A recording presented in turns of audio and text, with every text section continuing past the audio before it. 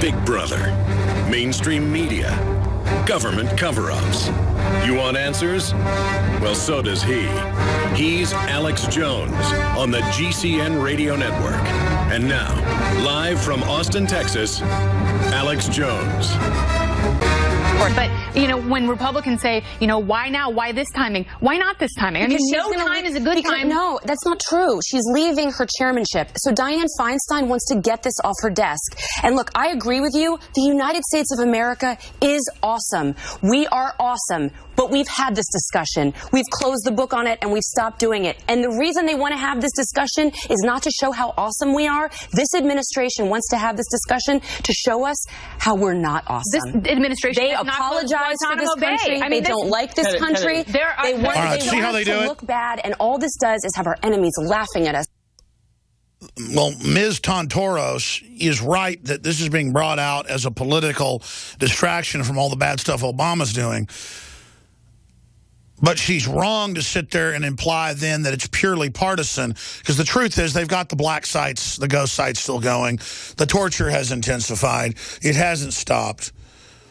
It's just that a bunch of Bush administration lawyers like John Yoo bragged about the torture when it was clearly illegal. And so that's now why the Democrats are scoring points. They all went along with it. So just because both sides are involved doesn't make it okay. Or just because one side criticizes the other doesn't make them good guys.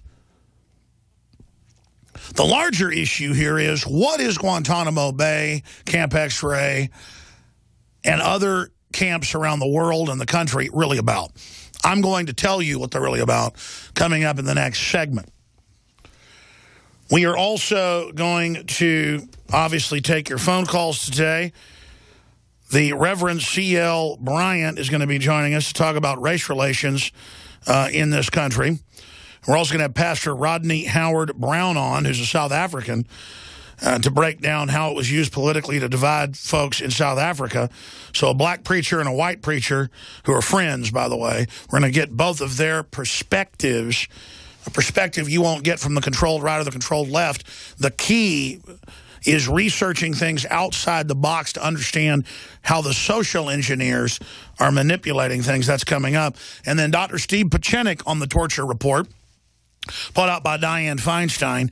That's all a bunch of smoke and mirrors that we're getting to the bottom of it, and oh, it gave us this great intel, and oh, it's not really torture, it's enhanced, or man, you ought to see the Russians, they really torture, or boy, the Chinese, they really torture, so why shouldn't we?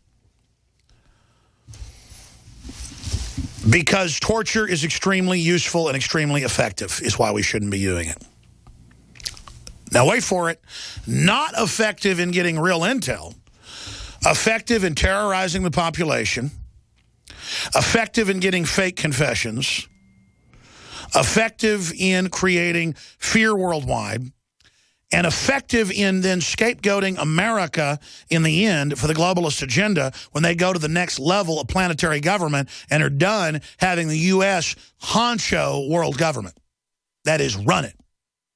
So we're going to break it all down coming up. It's very effective for tyrants. That's why the communists worldwide use it. It's why the Nazis used it. It's why every thug dictator from Idi Amin till Ceausescu to Fidel and Raul Castro use it. And when they get up there and go, Obama's against it, to get conservatives watching Fox News to go, yeah, don't take my torture, you know, snuggle toy away.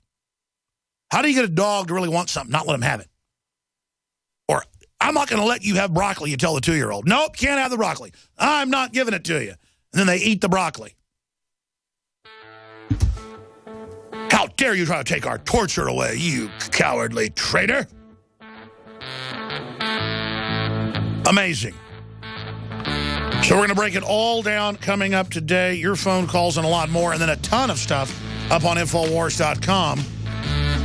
74-year-old woman wins gunfight with criminal thugs. That video is on Infowars.com. College president criticized for saying all lives matter and more. We're going to be here for the next 3 hours live, as we are every weekday, 11 a.m. to 2 p.m. Central Standard Time. And, of course, I'll be back this Sunday live, 4 to 6 p.m. Central as well. We have InfoWars Nightly News. That is, of course, at 7 o'clock Central. And we simulcast the Nightly News at prisonplanet.tv. Where to start? Where to begin? Because there is so much to go over here, obviously, today. The big news story that we've been covering since it began 13 years ago is the fact that torture is ubiquitous throughout the U.S. military services now. Joe Biggs, who we really ought to do an interview with and a report on in studio, talking about his experiences with it, would go out on patrols, grab people out of their houses that they were ordered to target, and deliver them to the FBI, the DEA, Special Forces, CIA, depending on which group it was. And sometimes the people didn't come out. And they would hear the screaming, the begging. It would go on and on and on. There have been special investigations. There have been admissions. There have been investigative journalist reports where soldiers have gone public admitting that sometimes they go into a village in Afghanistan and just kill everyone in it, including babies.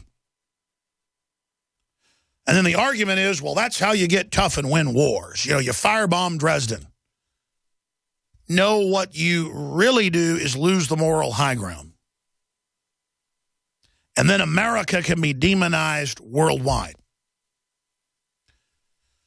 But know this, Dianne Feinstein's Senate report on CIA and enhanced interrogation, as it's called, that'd be like if I robbed a bank at high noon with a machine gun and roughed up a few of the tellers, or if you did it, and when the police came, you said, I'm not robbing a bank in armed robbery, aggravated robbery. I am engaged in an enhanced withdrawal from the bank. Or if you beat somebody to death with a baseball bat, you didn't beat him to death. You were just involved in an enhanced massage. Now, the argument is these people blew up the World Trade Centers, and so they deserve it. We're taking the gloves off. Everything that's been done with torture, rendition, the NDAA, the Patriot Acts 1 and 2, from day one was focused on the American people, period. That's it. It's always been about erasing the Bill of Rights and Constitution and rolling out NSA spying publicly, saying it's for al-Qaeda, rolling out torture, saying it's for al-Qaeda, but it's really for the general public, rolling out total control and the end of any underground free market systems in the name of fighting al-Qaeda, but really shutting down any type of free commerce. This is all about converting us from a free society to a tyranny with a capital T. Now, I know that most of our audience knows that. But I wanted today to actually get into what torture itself is really being carried out for. First and foremost, if the people that have hijacked our government can ever get away with openly selling torture, the sky's the limit. Already, for more than 30 years in this country, they have what they call pain compliance in police departments. And in my film, Martial Law, we show large clips of this, of the LAPD and others breaking pro-lifers' arms for sitting on the sidewalk with nunchucks, twisting them around their arms and breaking them. In fact, if you go to YouTube, guys, and type in Martial Law 911, the police state, and just skip ahead like 3 hours to the very last 10 minutes of the film, there's an extra that gets into torture. We ought to re-air that whole extra here on air sometime. It's like 10 minutes long. Very, very powerful. It shows in Cincinnati and it shows in L.A. peaceful people on the sidewalks having two cops with billy clubs twist them together till the arm breaks, or twisting nunchucks around and then breaking the arm, and the Christian still just sits there bleeding on the ground, and the cops come over with billy clubs and start beating him in the head. That's a police state that's illegal, and it's torture. And Democratic Party judges back it in Democratic Party-controlled areas. If you look at where torture actually goes on the books and is defended by the judges, Democratic-controlled areas. Now, the Republicans are wild police state pushers as well. There's a lot of things that factor into this larger system. Number one, it's about using it domestically and being able to corrupt the judicial system beyond repair. Number two, it's about getting fake confessions. Number three, it's about having laboratories with people as young as 14 at Camp X-Ray and other camps around the world, not just Gitmo, where they can grab innocent people but psychologically profile them and find people that can be double and triple agents to actually go out and lead ISIS, Al-Qaeda brigades. And they had 17-year-olds and people that were in Gitmo for 8 years that were released when they're 25 years old to go command brigades of 4,000 men. And they know where to get the drop-offs of the weapons. They are the intermediary with the C-130s that land with the weapons. They are the ones that do this. So it's actually a college to find recruits, just like a Soviet re-education camp would be an old sports stadium or an old prison, and they would bring in tens of thousands of people per week. Most of them would only stay a few days. They'd beat you, torture you, find out if you were easy to break, if you'd go on their payroll and be one of their operatives. It's mainly about bringing you under control, bringing you under fear. And that's what they do at Gitmo, is they find the people that will be the double and triple agents. So understand that the CIA base and DARPA base that is admitted to be within Gitmo is admittedly a CIA mind control laboratory. We are showing for TV viewers and Infowars.com/show peaceful pro-lifers on the sidewalks, one after the other, having their arms broken with precision. You going to hear anything from Dianne Feinstein about that? Turns out when she was a senator, she pressured the courts to rule this legal. And I've noticed whenever the cops break one of their arms, the others will come up and start beating them to second it, to say, I certify this is good, gouging their eyes in, grabbing their noses and pulling them up till they break them. Do you see Christians en masse out there saying, I can't breathe? No, because these are people trying to save unborn babies.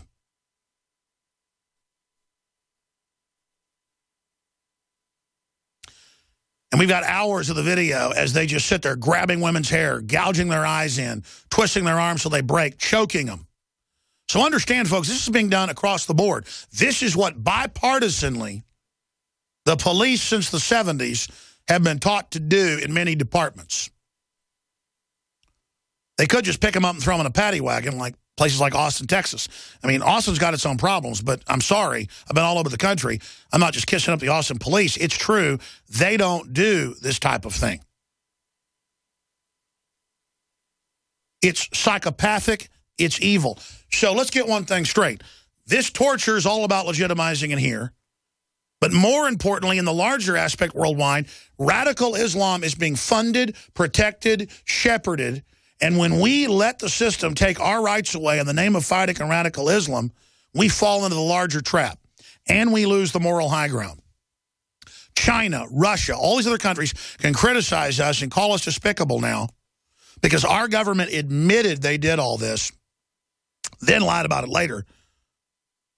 That's all part of demonizing us towards the collapse later when America served its usefulness to the world government. Because when they demonize America, they demonize free market, the Second Amendment, John Wayne, stuff like that. That all gets the blame. Capitalism gets the blame for the crony insider takeover when it's the opposite of capitalism. See how it works? So it's a multifaceted 360 program of corruption that's going on and unfolding right now. We're going to look at the torture report. Fox News saying America's awesome, basically because we torture. It's truly sick. The video's on Infowars.com. Now, that reporter for Fox News, or that pundit, what's her name? Say it over there. She really ought to live in Legoland, the imaginary world where you just say everything's awesome. Her name is Andrea Tantaros. And any criticism of the system is just you saying America isn't awesome. No, America's awesome and exceptional when we have the lowest taxes, the most freedom, the best courts, the most transparent systems. America's not awesome when we have the biggest government in the world, the biggest debt in the world, the most unhealthy people in the world, paramilitary police, totally legal surveillance. Our government is hiring al-Qaeda groups, calling them ISIS, to turn loose against Syria. Then they go crazy, break ranks and go into Iraq, so now we have to fight them. Everything is not awesome. And there's this cult-like mentality out there that if you just say everything's awesome and live in denial, you'll be okay. Almost everybody I know who's had kids that commit suicide, almost everybody I know who has horrible stuff happen in their life, live in denial and say everything is awesome. And will tell their friends and family and others, good job, when they haven't done a good job. I'm not 1/10 as extreme as the fictional character in the movie Whiplash that I went and saw this weekend. I thought it was excellent. But at the end, you find out he's not really a bad guy. He was actually trying to push someone who had incredible talent to the next level. And you know what? If you don't want to act like a free person and you don't want to stand up for yourself, you're going to be a slave. And slaves usually have some little shuck and jive dance that they put on politically of why it's okay that they're slaves, and okay that they laid down, and okay that they went along with evil. But make no mistake, even if you hate Muslims with a diehard passion, know that the people running our country into the ground are financing radical Islam and turning it loose as a weapon against non-radical Muslims all over the world, and are turning them against us so the government can play the part of the hero and the savior and take our freedoms and then flip Homeland Security on the people. Whether it's Germany or England or the United States or Russia, they all used 9/11 to take people's freedoms, and now they use the Patriot Act against land rights activists. Now they say use the Patriot Act against the Bundys, and they say they're domestic terrorists. And in all the police and military training manuals, they say Christians point blank are terrorists, gun owners point blank are terrorists.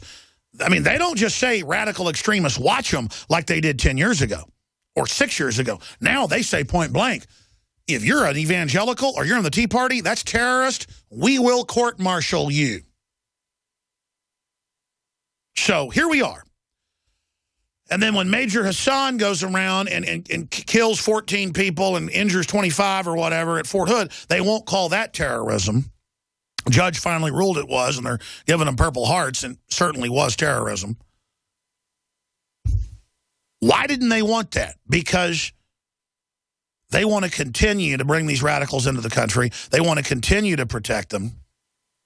And for 2 years, the CIA was tracking Hassan, talking to the head of al-Qaeda, and knew he was going to attack. And they've declared national security on those emails in Congress, but congressmen have spoken out about it, that the CIA knew. Of course they knew. They run these people. They helped set up what is al-Qaeda today. So I don't want to hear about torture to stop them or stop their next attack. They're at Guantanamo Bay building terrorists. Do you understand that? I'm going to break down exactly what's behind torture. I've already gone over a lot of it, but I want to give people the big picture. Not from my perspective. This is all on record. And why are they putting out this report now? Where is this all going? Now, there's a philosophy they're following, and I want to explain that. We'll do it in one moment. I'm very excited that only after being sold out for, 3 weeks, we have been able to produce right here in America the highest quality sublingual or lingual, that is taken by mouth, on the tongue or under the tongue, vitamin B12 Secret 12. You saw me for about a year in here taking it each day when I would put it in the water if you're a TV viewer and mix it with the X2 Nation Iodine Super Male Vitality. I do that a couple times a day. I just add it to my water. I love it. Well, now we can tell you what it is. It's Secret 12. See the full write-up of the molecules, of why it's pharmaceutical grade and more at InfoWarsLife.com. Secret 12 is 80% methylcobalamin. That's the type that people inject. And then 20% this other type of organic that fuses together. It's basically cofactors meant to help you absorb it. And it's of the vegetarian type as well. It was developed for vegetarians. But then it was found to absorb even more.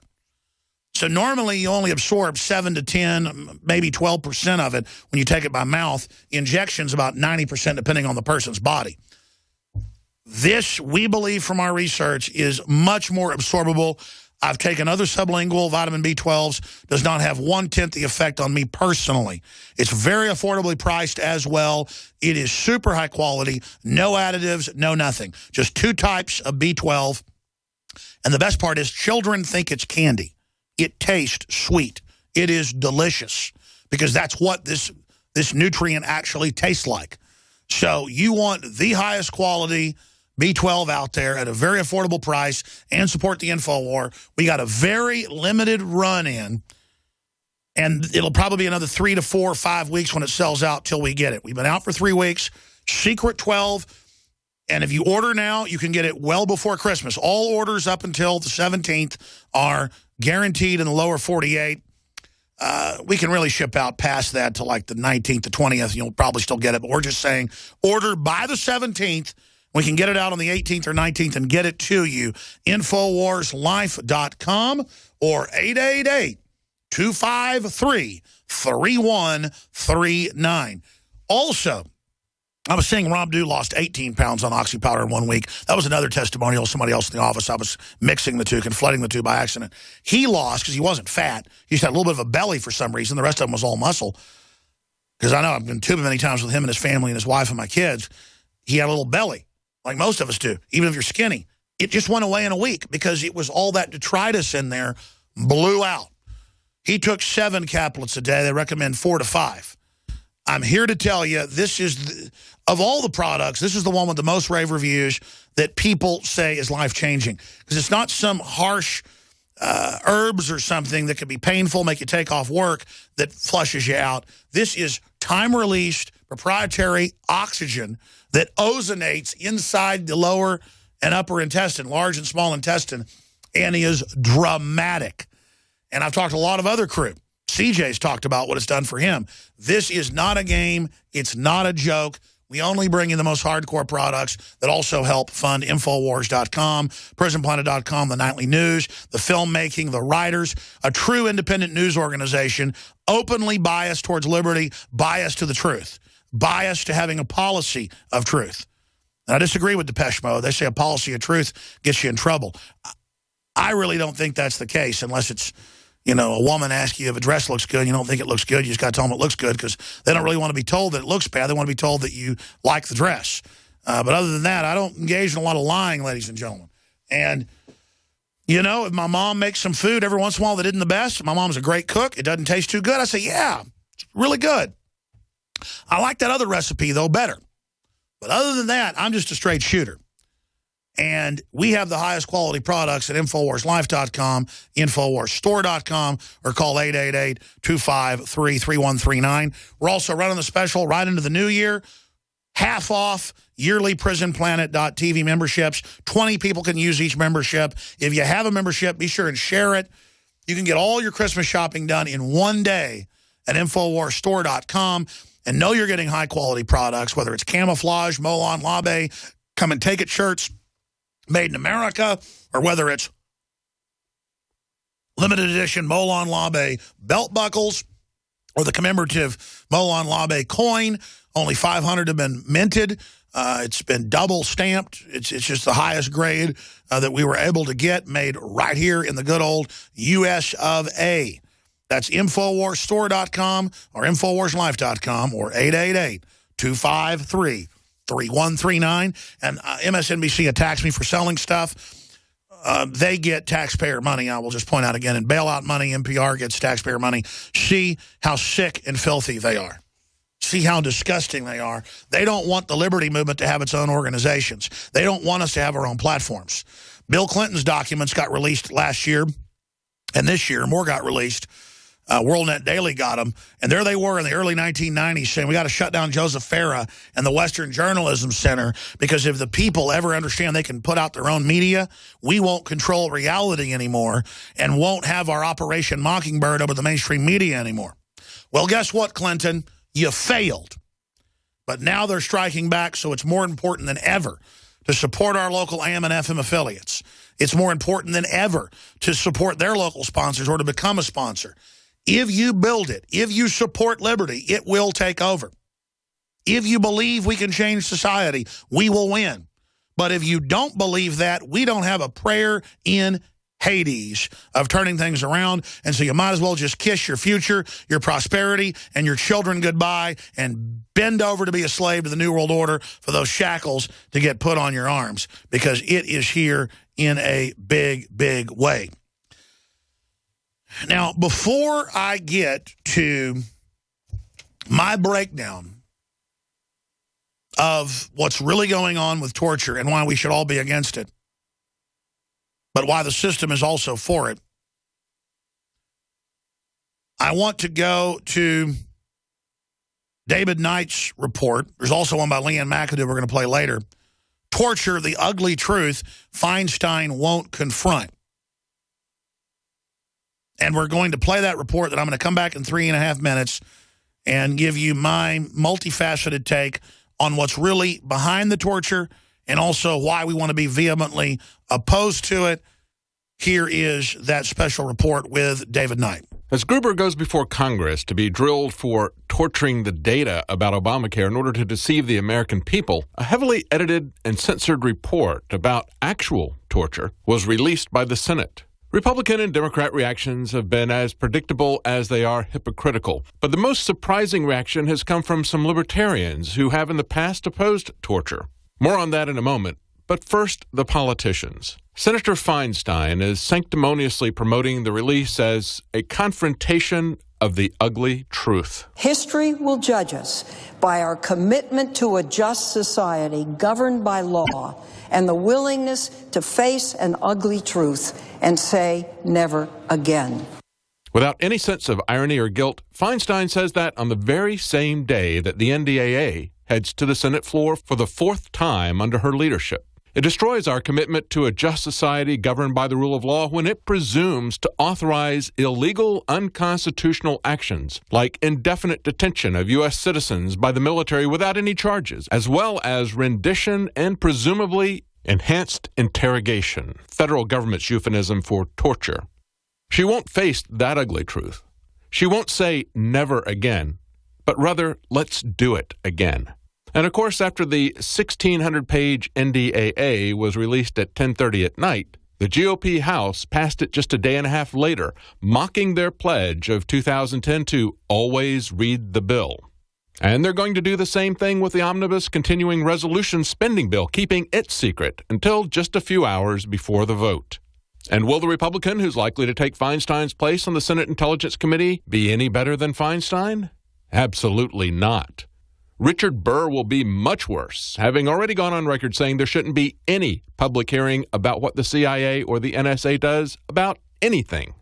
But the most amazing reaction that shows how low America has already sunk into accepting a lawless government comes from the executive director of the ACLU, who previously lobbied Bush to oppose presidential pardons for those who had planned and authorized torture.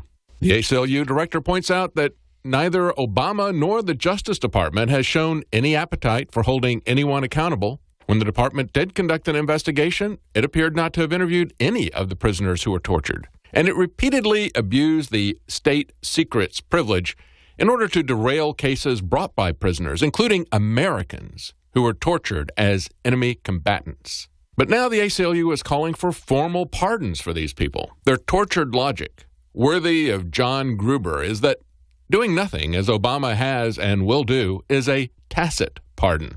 We need to have, they say, an explicit pardon, so we can, as a society, at least acknowledge that laws were broken. That's it. No longer any hope of criminal prosecution for leaders and government employees who violate the law, commit treason, and torture people, including American citizens. No, the best we can hope for is to say it was wrong. But don't think that you're going to even get that in this kind of lawless society. Our government no longer has the will to punish cops who murder or politicians who torture and murder. That's the real ugly truth we have to confront. For InfoWars Nightly News, I'm David Knight. We are so blessed to have David Knight here in our operation. Just an amazing mind, great research, and a great host of the Nightly News and this radio show. The reason I played that report is he gets at the heart of it. And then I'll add to all the satellite issues that are connected to it. There's a philosophy of the globalists.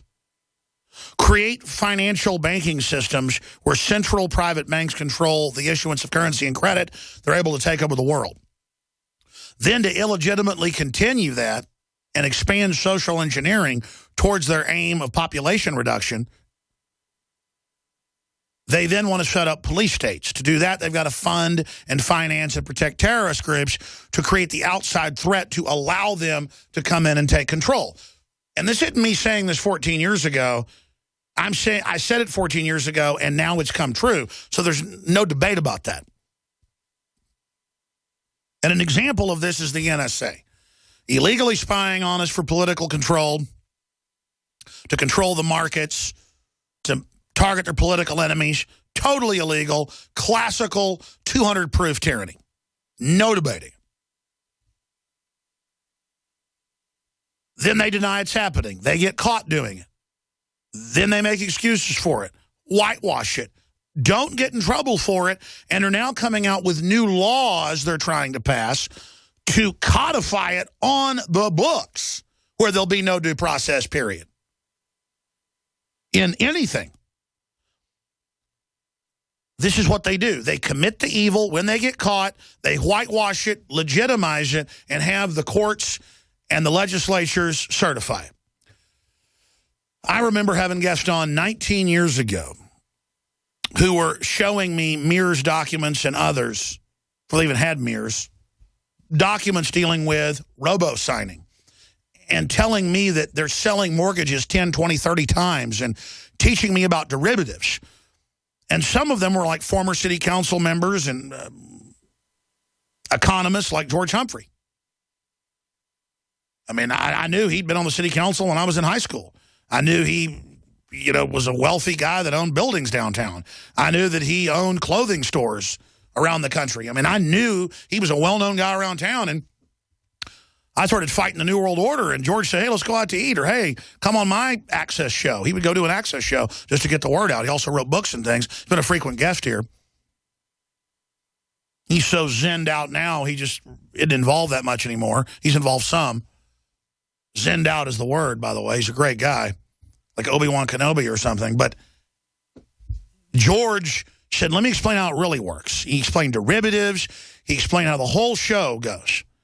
But see, I would then talk about that and have guests on, and people thought I was a space alien. Now everybody knows about robo-signers and derivatives and credit default swaps and how they sell some mortgages 100 times, or people who had their mortgage paid off for 20 years and had paid cash. Bank of America comes along and forecloses. They never even held a note. How does that happen? Well, they got caught. Did they stop it? No, they've intensified it. They've expanded it. And now they're getting state legislatures to pass laws legalizing it. Retroactively. See, nobody's house is safe. Nobody's property safe under a fascist system. And that's what this is politically for the elite. They're in a fascist system where there's still free market, but government decides winners and losers. And the corporations then put their people in to shut down their competition. And then throughout the chain, anyone working for government or major corporations ends up being like the new nobility who is above the law. And we go back to pre-Magna Carta Battle of Runnymede, 1215, where the people got together and had the king, captured him at the battle, and said, you signed the Magna Carta, or we're going to cut your head off right now. You are not going to let your lords rape our daughters whenever they feel like it. You're not going to let your sheriffs kill our people whenever they want, the cops. You are going to respect us. You can't come in our house without a warrant. You've got to have a jury, a grand jury, on all these issues. Then they had a decade-long war to enforce it. So when I talk about 1776 worldwide, I'm not attacking England. 1776 came out of England. Those Englishmen that were in the colonies knew their rights that their fathers and grandfathers had fought and died for in the old country. That's where all the freedom comes from, is England, ladies and gentlemen. Now it's a great tyranny. It's what's so sad. 1776, I had people, 3,000 of them chanting 1776, north of London, out front the Bilderberg building. When I gave that speech and explained that, the history of it. It's 1776 worldwide. It's about accountability. It's about due process. And when the system doesn't have it, it's over. And that's what torture is about. Sticking a fork in us, openly torturing to get fake confessions, to create spies that have been tortured into submission. And it's also to be used against us and to create fear. And that's what this is a whole giant, sickening whitewash where they make it political, where now if you're against torture, you support Obama, when Obama is continuing the torture. We'll be back with more details. Stay with us. In the CIA torture report, rectal feeding. Bush was kept in the dark. The president says, I'll make sure we never resort to those methods again. Terror warning issued ahead of the report. House GOP spending bill includes $1 billion to help poor and unskilled Central American migrants establish themselves in the United States. See, the GOP is involved in this because the same special interest. I'm reading off drudgereport.com. The same special interest that are run the Democrats are running the Republicans. But the Republican grassroots are great people, and they're trying to take the Republicans over. That's why the Tea Party is so important. Just finishing up on the whole torture issue. Then we've got some guests on race relations, South Africa, the way the left used that to destabilize the country. And then we'll have Dr. Steve Pachinik on in the third hour to talk about the torture report. And we'll open the phones up for your questions or your comments. But simply put, it's what David Knight said. It's about the end of rule of law. It's about government not being accountable on banker bailouts, on torture, on an executive president that acts like a dictator, on the derivatives, on every front. They want to be above the law. And they want to sell the idea that patriotism is going along with torture. And they play that parlor trick of saying Obama is releasing this report with Feinstein to blame Republicans and to make himself look good. And that's absolutely true. The difference is, though, bipartisanly, they're all involved in it together, as we showed with the NDAA, the Patriot Act. And, folks, it's continuing. I've talked to the active duty soldiers, and it's come out in the news. They are now handing them over like they did pre-9/11 to third parties in Jordan and Romania and Poland and Ukraine and Egypt. Though Egypt doesn't trust the U.S. anymore and isn't doing it. And mainly, it's not about getting answers from bad guys. It is about setting the precedent, creating cadres of U.S. military and others that will torture people. And believe me, ladies and gentlemen, it goes on. Now, it's true that all the major studies show that promising to give somebody money or to take care of their kids or to give them lenient treatment works better than torture. But torture does work in some cases. You put a gun to somebody's head or start chopping their fingers off, they'll start talking. But it's a greater evil to have something like that going on because it will be deployed against innocent people, and it does lead to absolute hell on earth in every case. That's why the communists and the Nazis and everybody else uses it, and that's why America supposedly didn't use torture. And I've read the history books, both the British, the French, and the colonial, and it's true. George Washington would hang you, would have you court-martialed, and if it was found guilty, you'd be hung if you raped somebody, if you pillaged, if you looted, and if you tortured.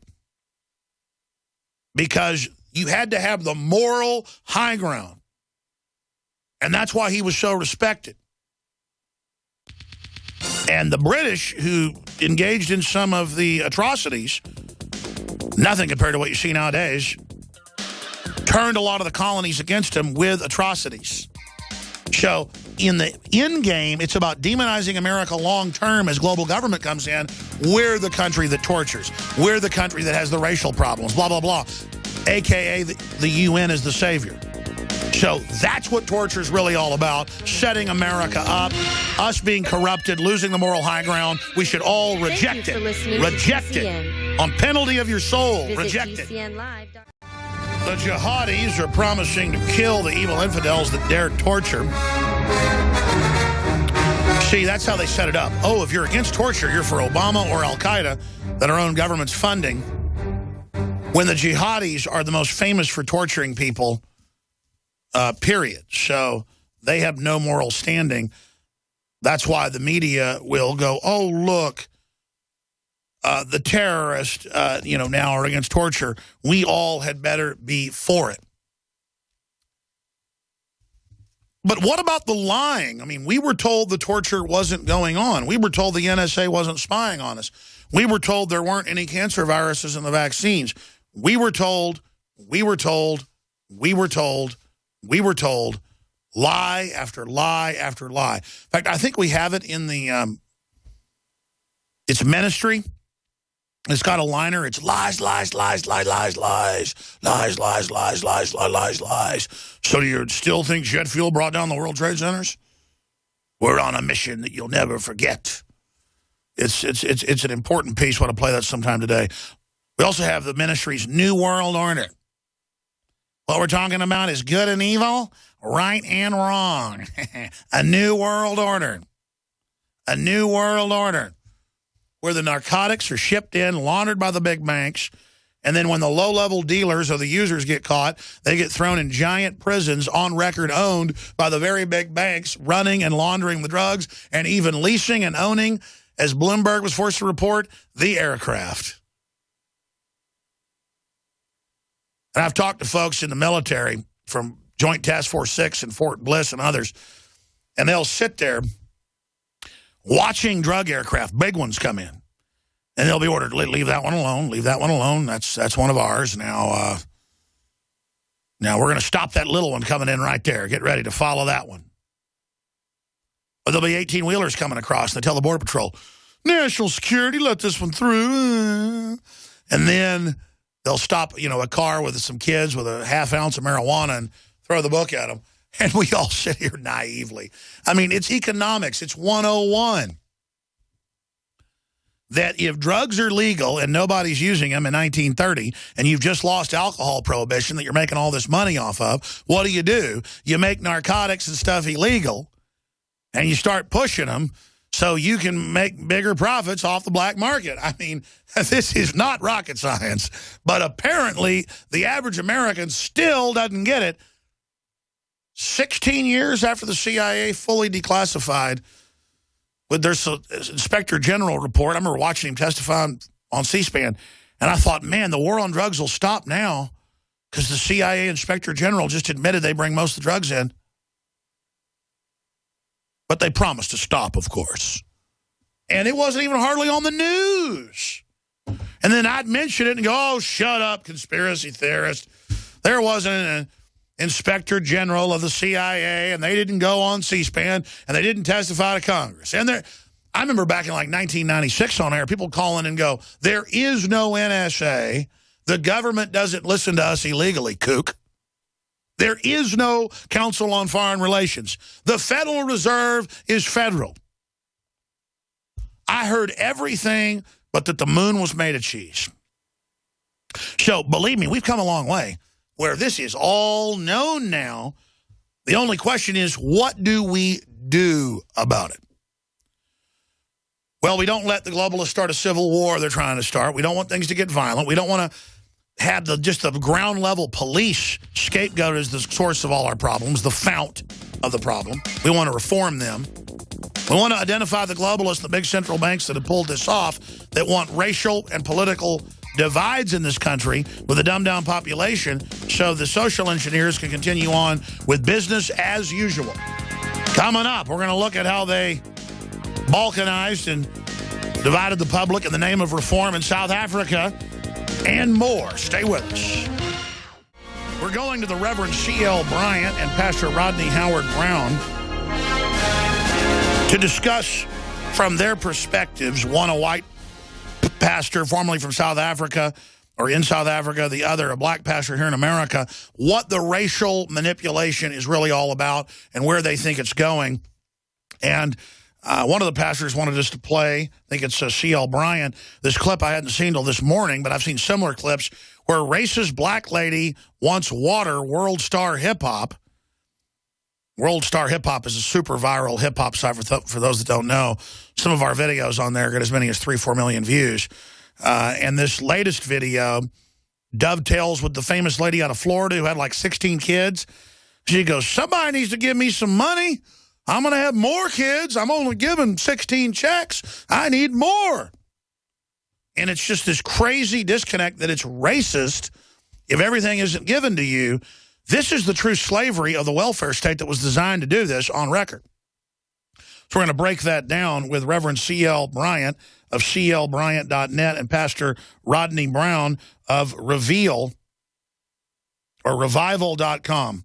Revival.com. That's a great website name. So before we go any further, though, I wanted to get into this short clip and newscast piece. 74-year-old woman wins gunfight with criminal thugs. Neighbor blames store owner for defending herself against robbers.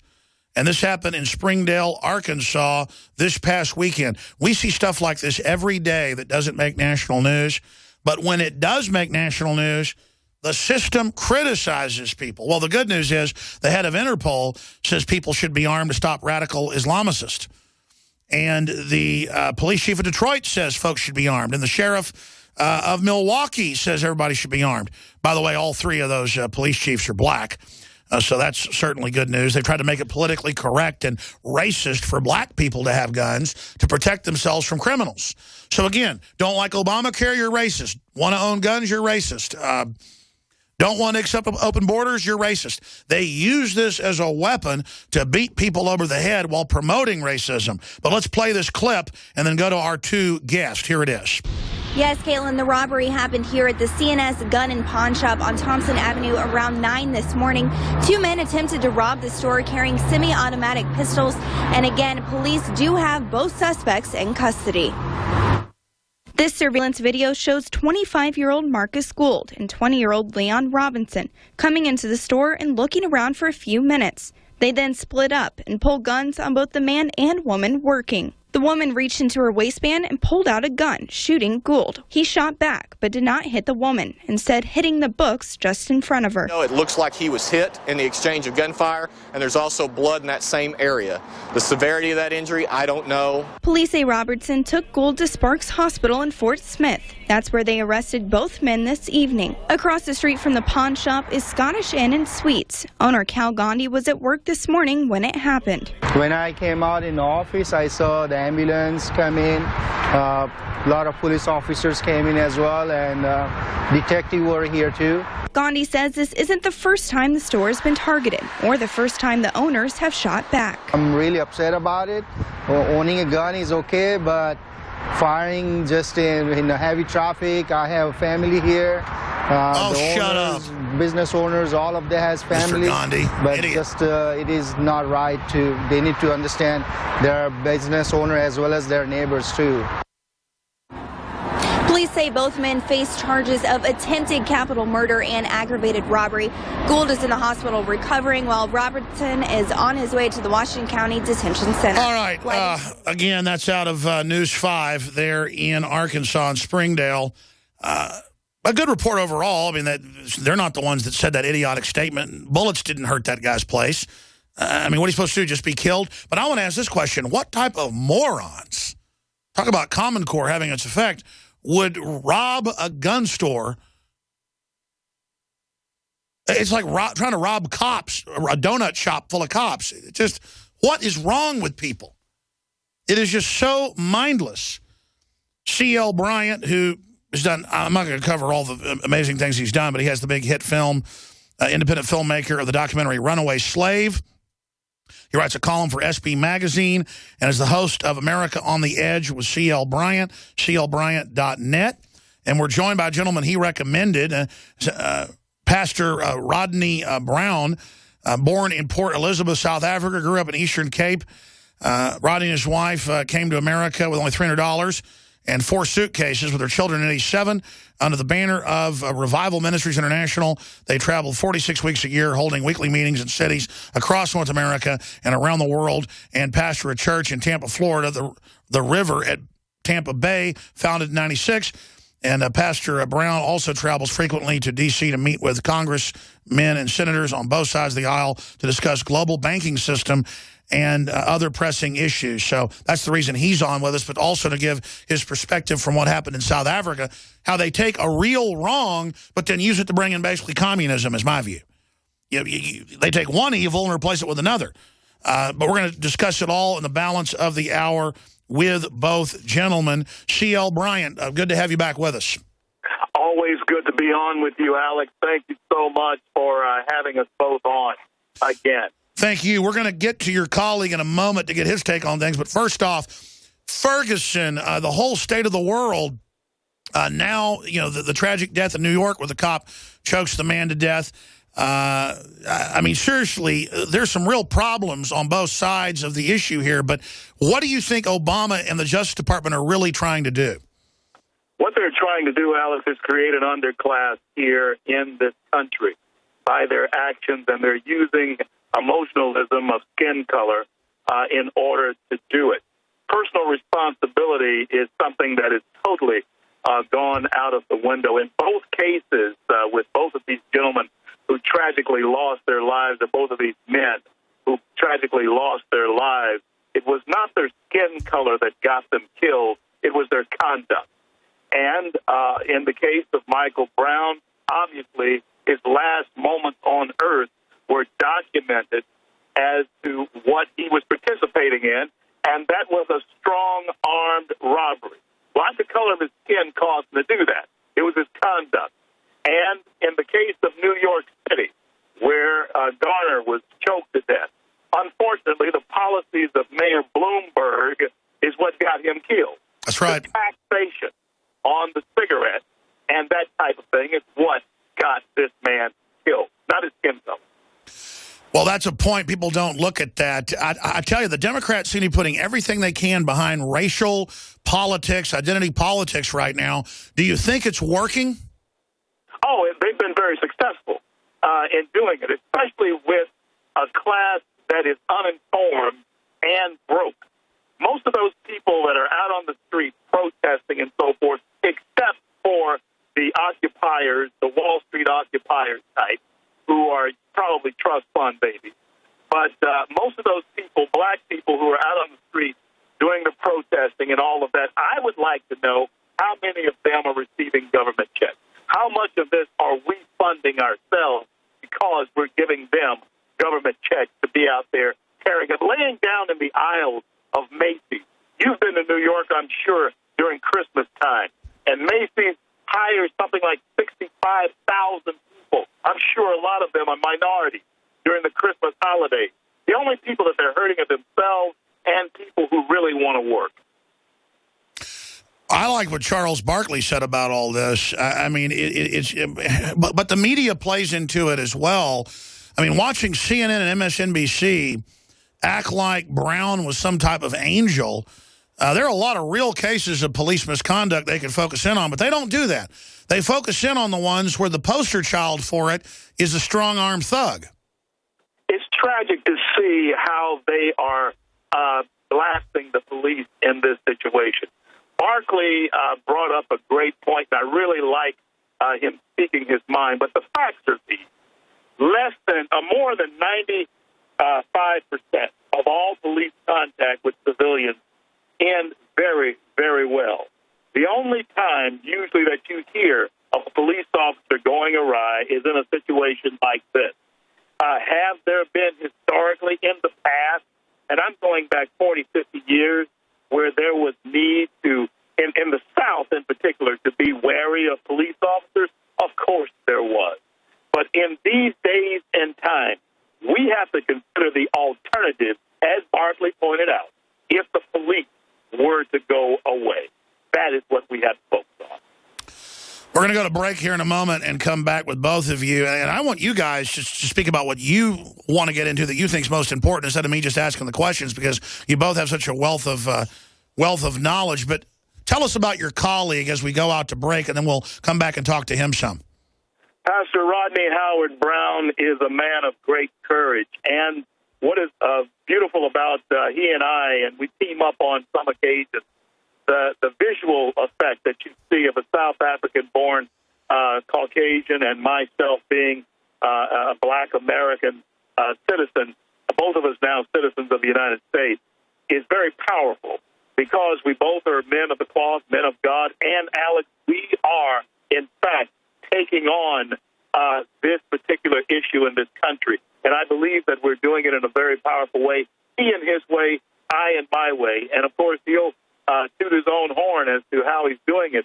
And I do believe that he has a powerful ministry, and I'm very happy to be friends with him and certainly glad to be on with you and him on this show today. Absolutely. Revival.com. Pastor, we're going to break here in about 10 minutes. I'm going to skip this network break because it's so important. I want to get into the banking with you later to understand, what they're trying to distract us from. But, Pastor, with your unique perspective from South Africa, looking at what's now happening here in the U.S., what do you think is really going on? First of all, Alex, let me say it's an honor to be on with you. I listen to you all the time, and thank you for your voice of sanity in a world full of lies and deceit. But it's the age-old story of divide and conquer.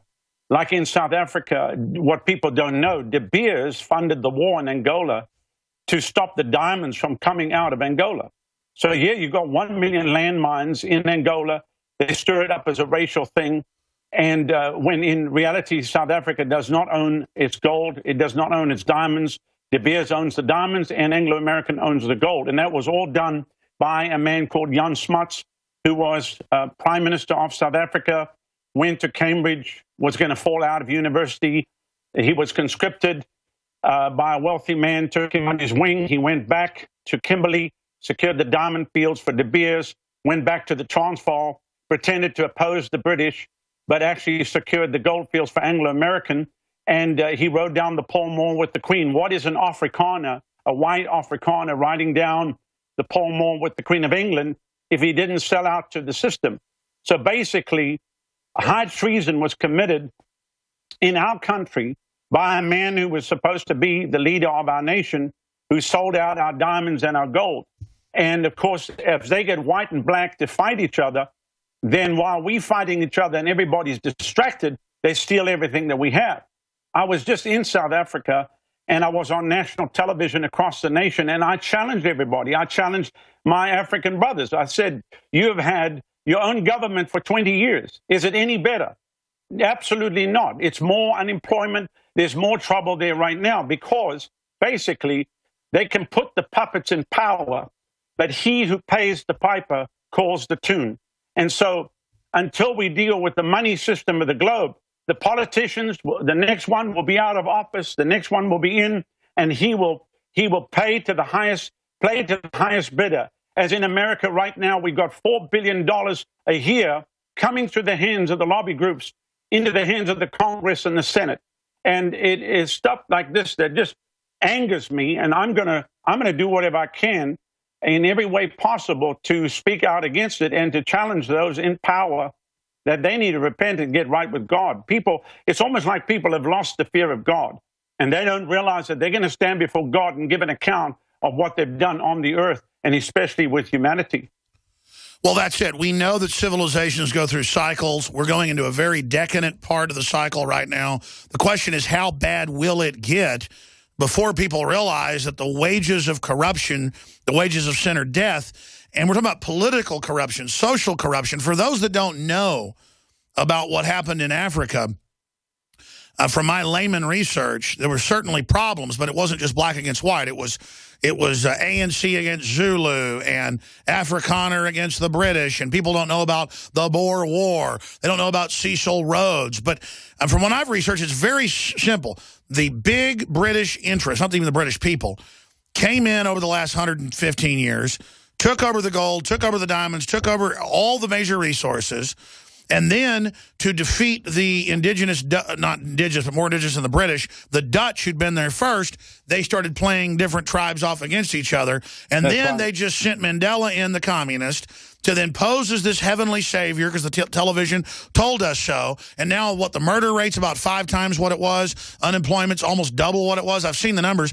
I mean, I've even seen polls in South Africa where the majority of blacks in many areas want to go back. Well, I wouldn't go back to apartheid. I would try to go to something better where the people actually get the resources, and that's exactly what's happening here.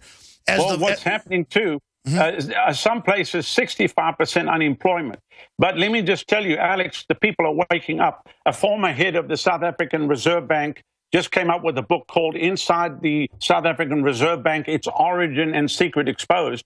And there's a whole group of people that are rising up to sue the South African Reserve Bank for its money creation and what's going on. And I found a group in England. I was just in London last week. I met with a group called Positive Money, and they're doing the same thing. For the first time in 170 years, British Parliament heard about money creation. So I would say that people are getting themselves in the corner, and they're coming out. I just don't know what it's going to take the American people to wake up and realize what's going on. It's like I talk to many ministers. They don't want to listen to what I'm saying. But I promise you that what's taking place right now is and what they want to do is create the place to be total lawlessness and to have a situation where we can't trust the police. Then they're going to bring in the NATO troops, and we are going to martial law. I mean, that's the next step on the agenda, apart from going house to house and gun confiscation, all driven by United Nations Agenda 21. And so I find myself, you know, obviously we go around, we preach the gospel. We went into Washington, D.C. back in July. C. O'Brien came and joined me. 15 nights, I preached the gospel, 400 yards from the White House. I exposed the whole system, the Federal Reserve, the IRS, and all the wickedness that's going on. And then during the day, we went into the Congress and the Senate. And I met with many people, both sides of the aisle. One Democratic senator looked at me and he said to me, "Sir, when you come to Washington, you have to decide, are you going to sell your soul?" Then he looked at me and said, "I have not sold my soul." But he said, "Sir, we are an industrial military complex and we are run by offshore banks." And then another congressman looked at me when I told him what's going on with the global money system. He said, "How do you know all this?" He said, "You and probably 10 congressmen in America know what's happening in the money system." And here's what he said to me. He said, "When it all collapses," he said, "there will be no food in the stores." And he said, "Within 12 hours, there will be riots." And he said, "We will go to martial law." So there are people on the inside of the system that are trying to do their best. They just don't know what to do because obviously the whole system is controlled by our wonderful Federal Reserve. Let me just inject here and then get C.L. Bryant's take on this. The big picture of why they're playing us off against each other. They have engineered a collapse so that they can break us fully and basically force us all onto welfare. That is Agenda 21. That is Cloward and Piven. That's the model they've used in the black community. It's what the social engineers, Margaret Sanger, Planned Parenthood want. They are diabolical demons. And the minute people realize that is the minute we start changing this. And the same British model that took over South Africa is now taking over America. It's multinational. And as you said, when I talk to congressmen and senators privately, a lot of them that you don't hear on the show, folks, I'll just leave it at that, and generals, they go, no, you're absolutely right. What you say is what's going on. And they said if the American people only knew, it's the ignorance that allows it. That's why we're here. Pastor Bryant, your take on what Mr. Brown was just speaking about and your overall take on any hope for this country.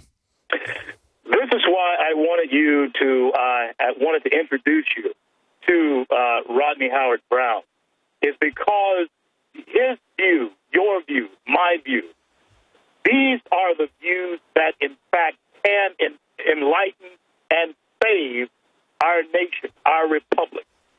Black people don't realize that they have been a test case, a test tube case for what is happening for 40 years, 50 years. There is an underclass, as has been created in South Africa, that is being created right now by the Obama policy. Obama was, in fact, a pawn, a puppet of those who want to bring this about. He's failed in everything else but this. Even the amnesty thing that is coming about is, in fact, a part of a design. There is a design to bring America to its knees. And black people need to understand, especially those clowns who are rioting in the street, that if, in fact, there is any other place on this globe where they would want to be black, then they need to go there. And Rodney Howard Brown, Pastor Brown, can certainly tell you that they do not want to go to South Africa. And there's no other place that I can possibly name that black people would experience the benefits, the wealth, even if you're poor, that they have being able to experience in America. And so my take on all of this is that there is an awakening that must take place in this country, or in fact, there will be martial law and there will be an underclass that will help drive it. And Al Sharpton and his minions, people like him, even Eric Holder. They're in the driver's seat. Stay there, C.L. Bryant. Coming right back to you. Powerful information. Well, he helped found 3 different Tea Parties. He's a successful radio host, very successful pastor, author, researcher, filmmaker. C.L. Bryant is his name, clbryant.net. And he's my type of activist for freedom. I mean, he's out there on every media platform he can, and he's reaching millions of people with the truth. And if more of us start doing that, it's game over. It's game over, ladies and gentlemen. And then we can see real prosperity and people really getting along and really coming together. Makes me so angry, the race baiting and the division and trying to push people into the globalist-run CIA, hip-hop, gangster culture, and the whole rebellious establishment music culture. It's been declassified that they want to wreck our youth. Not the government in general, but the social engineering elements of the private central banks that are in control. J.P. Morgan, Goldman Sachs, De Beers that he was listing earlier that has a worldwide diamond monopoly. Do you know why there are so many movies where there's villains in Africa, black villains, that have black slaves in the Congo or wherever, mining diamonds and gold? Now, in some cases, there's stuff like that. I've studied it. Had documentary filmmakers, mercenaries on, and I want his colleague to correct me if I'm wrong, Pastor Rodney Howard Brown.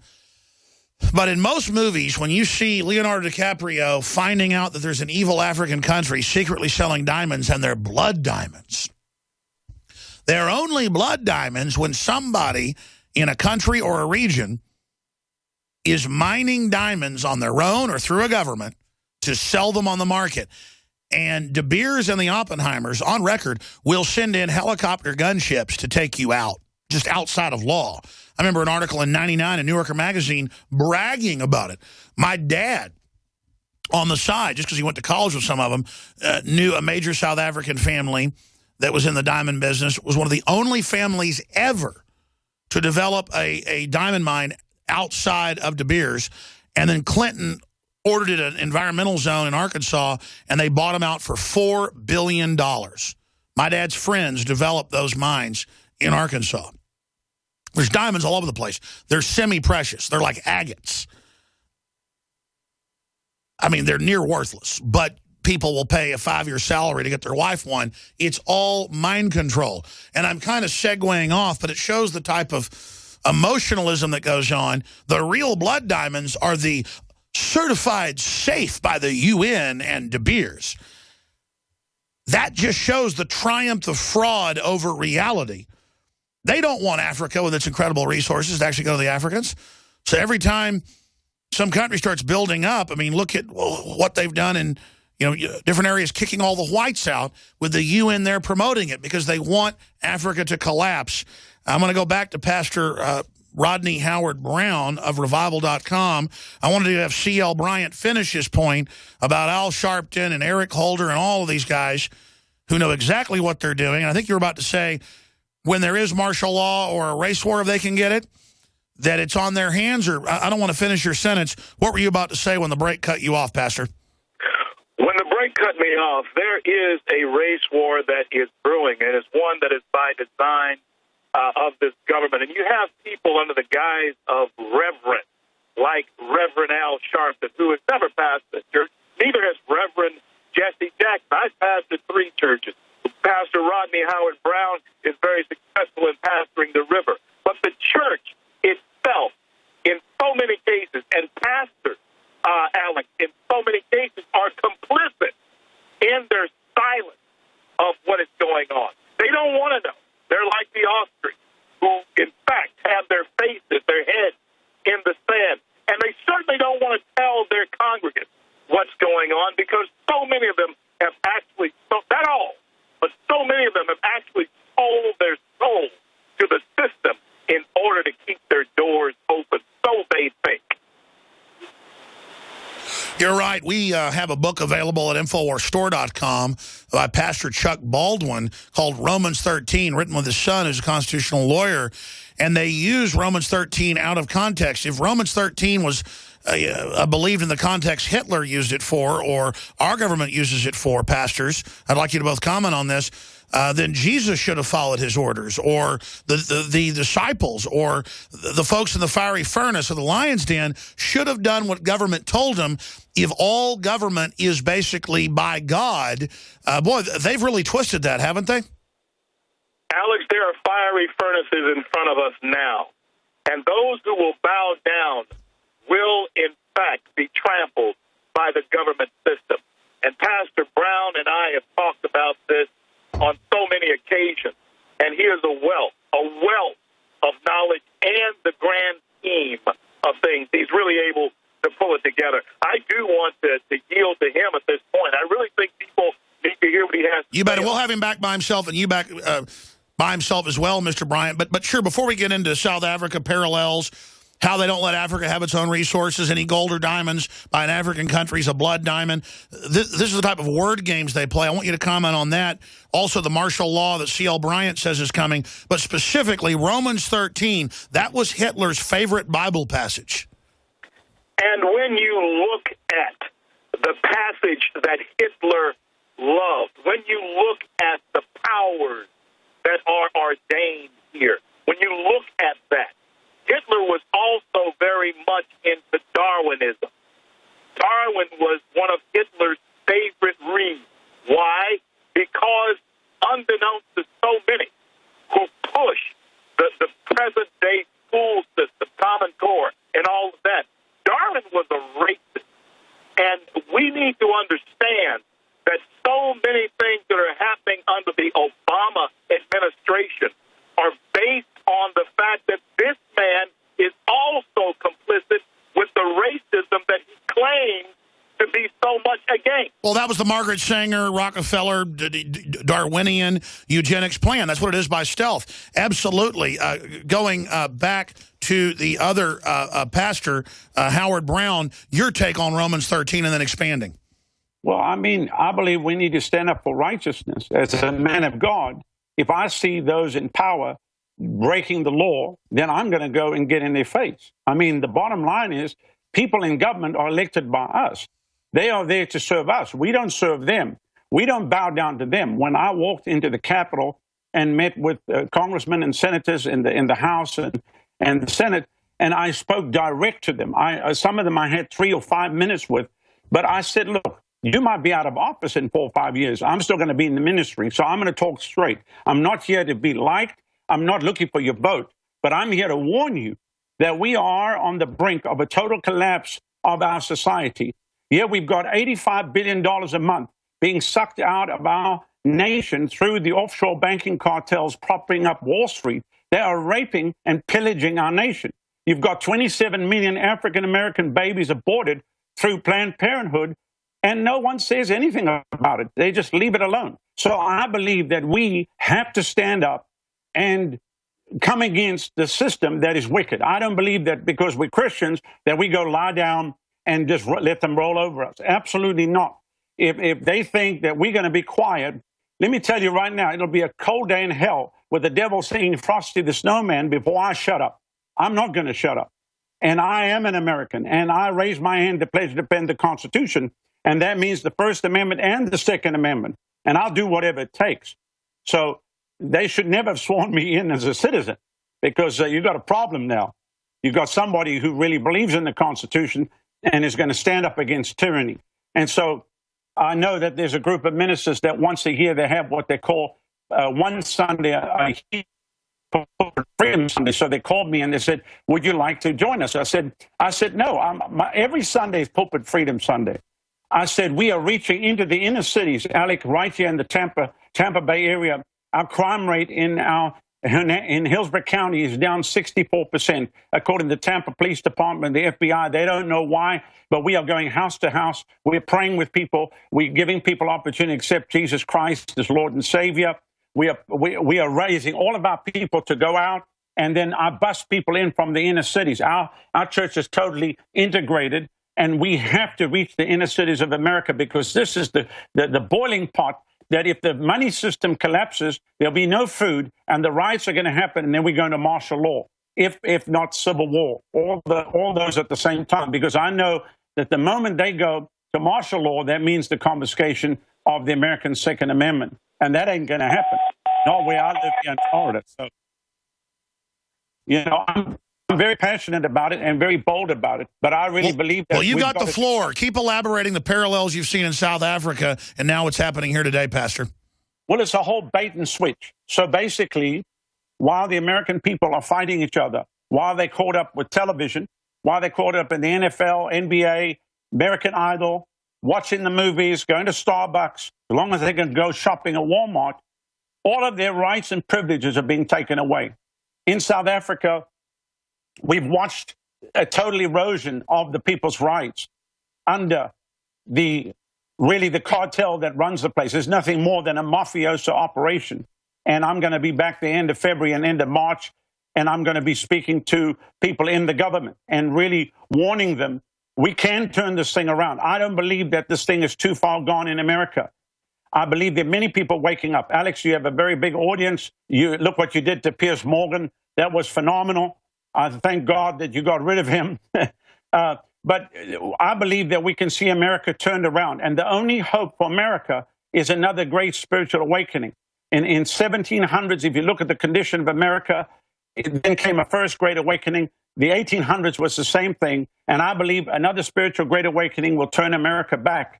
And that's what we are trusting for in South Africa and, of course, in the United Kingdom. Because every time people coming back to their spiritual roots and coming back to God, then it sets the New World Order back. It sets the global agenda back. And I'll just tell you, they're not ahead of the plan. They are behind. These guys are 10 to 15 years behind. And they are getting impatient right now, and they're trying to preempt something. But we are praying. We've got our whole church praying. We have all-night prayer meetings. We have a prayer chain. People are praying for America. We're praying that whatever is hidden, whatever is done behind closed doors is leaked out. and that the Lord unravel the plan of the wicked over this nation.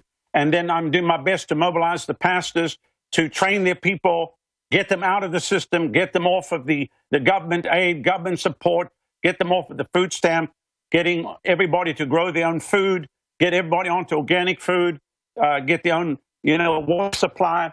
I mean, we've got That's why they want to take culture and God away from us, because then even if you're poor, you don't feel pathetic and won't give your soul over to the New World Order.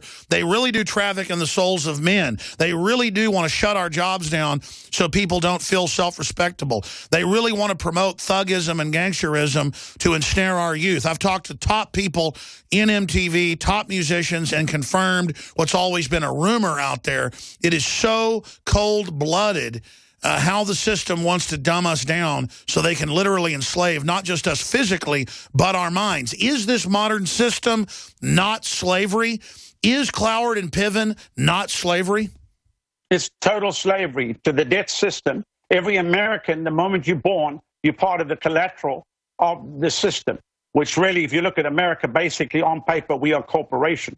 So that's why if they lose a couple of citizens, it's just collateral damage. That's why we got all the illegals coming across our borders, because they can make them legal citizens, put them on the system, get them to vote, change the Constitution.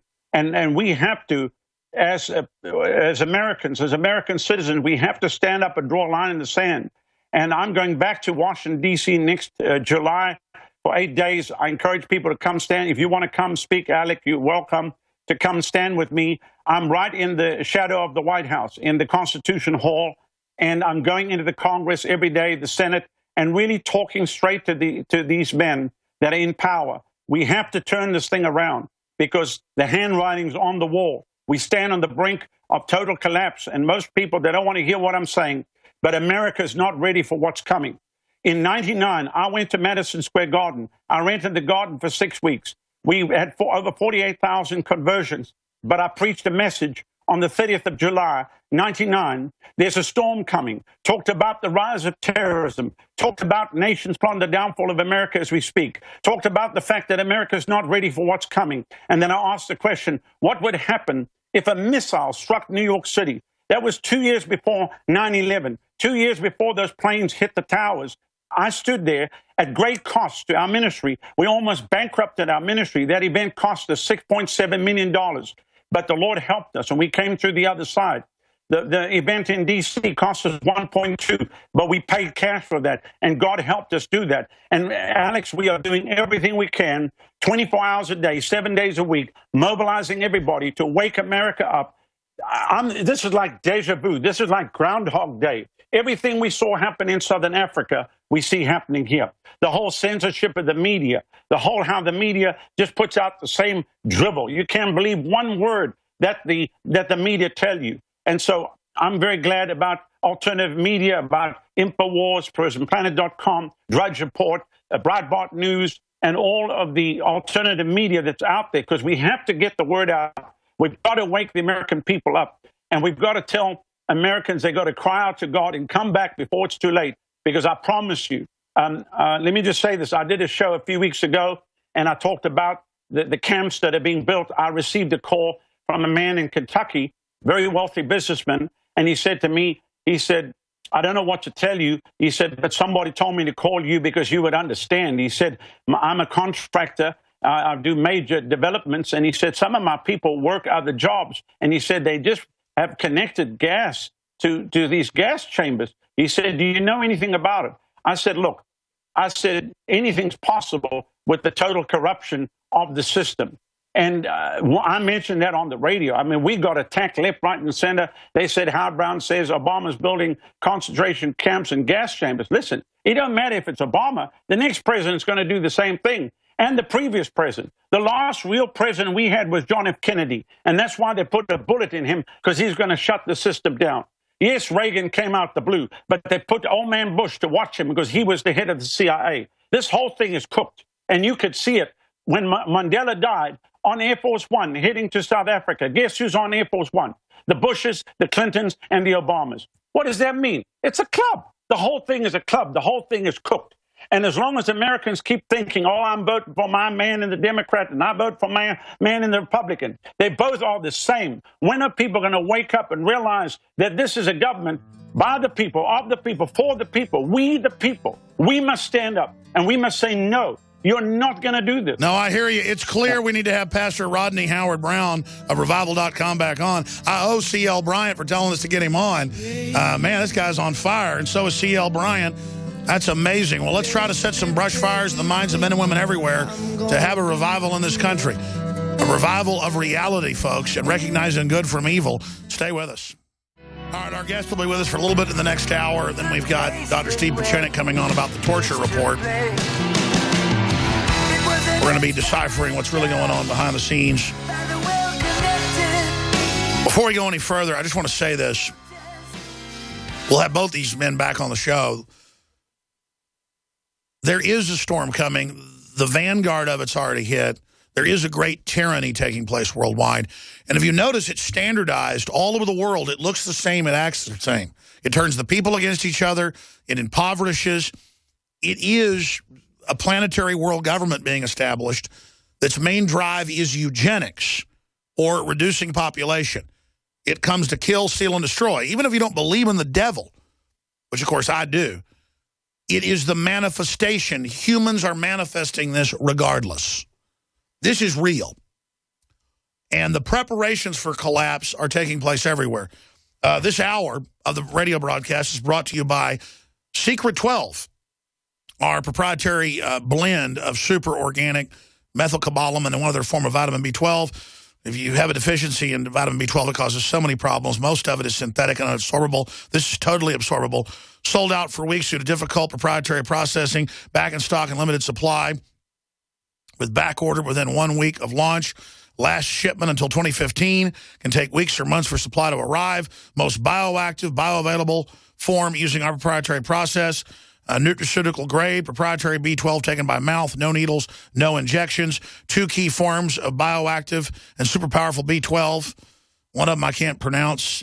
Aceta, I can't do it. And methylcobalamin in one synergistic blend. Secure yours now before we blast it out to our email list tonight.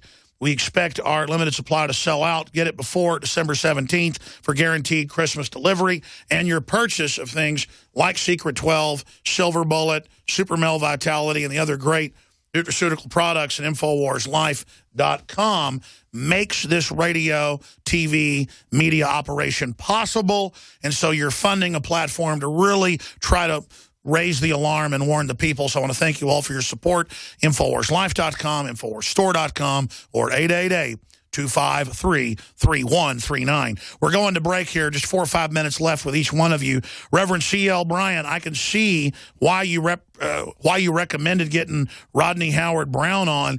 He really speaks with authority, and more importantly, his information is right on target.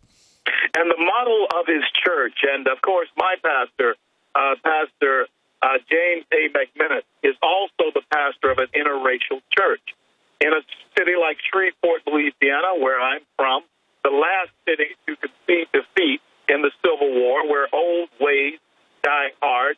You have a church that we preach to over 3,000 people every Sunday. And so I would recommend that you speak with him as well, because ministers, pastors, the church is going to have to lead this particular fight. Men of courage, men who will not back down from the principles, who will not yield to the politics, but will stand on the principles of God's word and their personal convictions that are anchored in that word. That's why Pastor Rodney Howard-Browne is a dear friend of mine, and this is why my personal pastor, of course, I'm the pastor at large around the nation, but my personal pastor, Pastor James A. McMinnis, is also someone who has those same convictions. Well, it was the church that led the Revolutionary War in 1776, and now the government's come in with faith-based initiatives and the rest of it and taken it over, and that's why we're in so much trouble. That's why they push all this immorality on purpose, is to obviously make us servile, mindless, and childlike. We're going to come back with 5 more minutes with both of you. Stay with us. I'm Alex Jones, Infowars.com. Revival.com is Pastor Rodney Howard Brown's website. CLBryant.net is Reverend C.L. Bryant's site. Can't wait to have him back up when his new book comes out. Finishing up, men, going back to Pastor Brown, other points you'd like to add, other things you'd like to say to the people out there? When I was in Washington, D.C., right after one of the night meetings, a man walked up to me, and he shook my hand. He said, I work for the Federal Reserve. So I burst out laughing. And then he looked at me, he said, everything you're saying is true. And I said, well, I know that because I've studied. I've got all the books on the whole thing, because I realized when I was a kid growing up in South Africa, I always thought to myself, something's wrong with this picture. And I just, couldn't really understand. I got a hold of that book, the same book that got you turned on, which called None Dare Call It Conspiracy. My mom and dad had that book, so I read that book, but no one really said too much about it. And then, of course, I came to America, and here we are in the land of the free and the home of the brave. And I'm just focused on the church and revival and getting everybody back to their first love. But about 5 years ago, the Lord really spoke to me and showed me what's going on. It was like a shock to me. Alex, I have to be honest with you, I cried for 2 days over America. I could not believe that the America that I came to know and love is not what it seems, that it's really a facade. It's like Disney World. It shocked me to the core. And I realized that I have to wake the churches up and get the pastors on board and mobilize the people. If you can believe it, I'm starting gun clubs in churches. So amazing, kind of radical. But if we don't have our Second Amendment, we won't have the First Amendment. And so I appreciate so much what you're doing. We want you to know that we're praying for you. Don't worry about the critics. As we always say, the dogs bark, but the caravan keeps moving.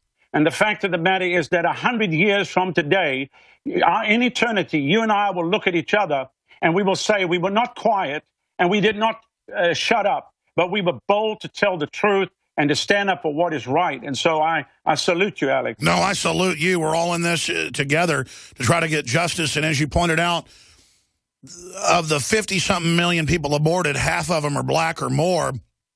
You'll never hear that out of Jesse Jackson's mouth or out of Al Sharpton's race-baiting, evil FBI mouth. It's just so sickeningly corrupt, and we just need to alert and warn the people. And as you said, and as Reverend Bryant said, there is an awakening happening, but the enemy's coming in to try to stop that. And as you said, the globalists are about 15 years behind. They're scared. They're not invincible. Closing comments, Reverend Bryant.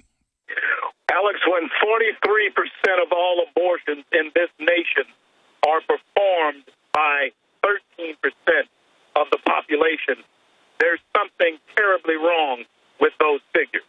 How can black folks be upside down in that type of massacre if there's not a design to it? And then how can black people support a party that is, in fact, contributing to the mass genocide of the people? And so I encourage everyone to follow me at RevCLBryant, and our website is under construction. We're about to go syndication with our radio show, and love to talk to you about it. The new movie will be out soon, Red, White, and Black. If you like Runaway Slave, you'll love this. Man, I love the names. I love the names you come up with, but also the content. It's so exciting. You're writing books, you're making films, you're reaching millions of people. You are the answer, Mr. Bryant. People like you and your spirit. And I know this isn't a love fest today. It's just that it's exciting for the three of us and all the listeners to think about the fact we're fighting back. We're going to have high morale. We know how the book ends. Absolutely. And we Alex, win. Yeah, Alex, one more thing. People say, what can I do? One woman took prayer out of schools. One person full of the fire of God can make a change in a nation. Just like people like John Wesley and what happened in England, Wilberforce, and we've got to do it in America. We have to do it. Well, that's why they're scared of the First Amendment. They know that fire is waiting. God bless you both. Thank you. Talk about who exposed lies. He was a member of the Council on Foreign Relations on some of their boards at the time, and he came on my show back in early 2002 and said 9/11 was completely staged, that radical Islamic groups were being funded and allowed to operate by our government, that bin Laden had already been dead, that his dead body would be rolled out later as a victory. Later, Walter Cronkite, Secretary of State Madeleine Albright, and a bunch of others came out and seconded what he said in 2004 and said Bush better not roll out the dead body. So I guess Obama did it later. WikiLeaks documents showed that Pachinik and I were both attacked by Stratfor. Very upset about the fact that we were saying it wasn't true. He got visited by MI6 and a bunch of other people. I got visited as well, and that was a meeting off record, so I'm not going to get into it and say by who. But, I mean, this is getting to the point where major agencies, foreign agencies, are sending people. I can go online, and there's a famous person coming to see me. I mean, it's getting to that point where they're sniffing around, deciding, I guess, whether they're going to put a bullet in my head or whatever. But the good news is the info's already out there. You kill me, you just make it that much more popular. You kill Pachinik, that happens. Now, Pachinik, I don't want to call him a slippery cat. He's not like Bill Clinton. I think he's an honorable guy. But he is, you know, on the inside, the head of psych warfare for the State Department that was over all the major agencies, ran the Camp David Accords, co-wrote a bunch of books with Tom Clancy. He is the composite character that the Jack Ryan's based on, produced a bunch of Hollywood films as well. He's a medical doctor, psychiatrist, and was also a above captain in the Navy, part of a lot of secret operations, part of founding Delta Force. And a lot of the audience loves him. Some of the audience hates him. But you always get interesting information. He's got a new book coming out, Steve Pachinik Talks. We'll certainly be reading that and carrying it at InfoWarsStore.com. You can find it at StevePachinik.com. And he joins us to talk about the torture report. I'll tell you my view on the torture. I think torture is extremely effective. I don't think it's effective at getting real information. I don't think it's effective at winning just wars. I think it's effective at getting fake information, fake, false testimonies and confessions, terrorizing populations. And it's very effective at discrediting everything the government does. It's very effective at making you wear the black hat. It's a great way to demonize America, part of the globalist program. One famous individual said the purpose of torture is not getting information, it's spreading fear. Eduardo Galeano. And, yeah, that's a big part of it as well. What do you think tasers are, or the misuse of them and paying compliance? But the reason, Obama's trying to score points on this right now. The intel I've got is it's still going on. I mean, Joe Biggs was a staff sergeant in the Army in Afghanistan and Iraq, 3 tours, happened to have Hastings embedded with him on 2 of those operations, and they saw some of the biggest battles out there because Biggs always wanted to go where the fighting was. And the Army, they'll send you if you want to do that. And those were written about. But my point is, it's on record. He did the things he says he did. One of his big jobs was delivering people for torture. In fact, I think we ought to later I said it earlier, get Biggs in here to talk about torture. He should be on tomorrow. He should be on a lot because he would deliver people for torture, and sometimes they didn't come out. And guess who was there? DEA, FBI, CIA, you name it. It was all about drug trade, folks. Nothing to do with torturing real terrorists. So there are people getting tortured. It's just not for what you think. They got black sites everywhere. Camp X-Ray has a psychiatric facility within it run by the CIA where they admit they do sexual torture, you name it. Some of that's in the report. It's testing torture. It's a laboratory, but not with white lab mice. It's with 14-year-olds, 16-year-olds, you name it, who 8 years later get deployed as the heads of ISIS. So I see it as a ground to find the psychological candidates to actually be cutouts to lead some of these shadow quack armies like ISIS.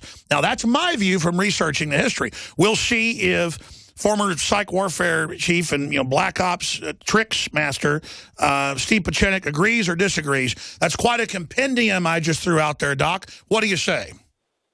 What I say is, as usual, you're my buddy, you're my friend, and I think you're not wrong, but let me amplify the whole issue, why this came out now.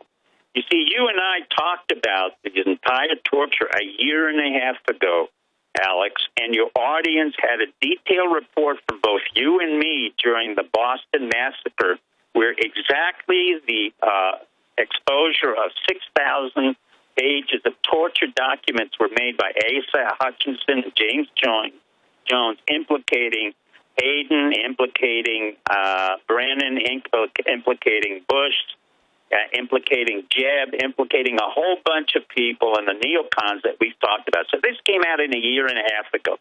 The question I want to tell your audience and the issue I want to bring up is, why was this brought up now, today?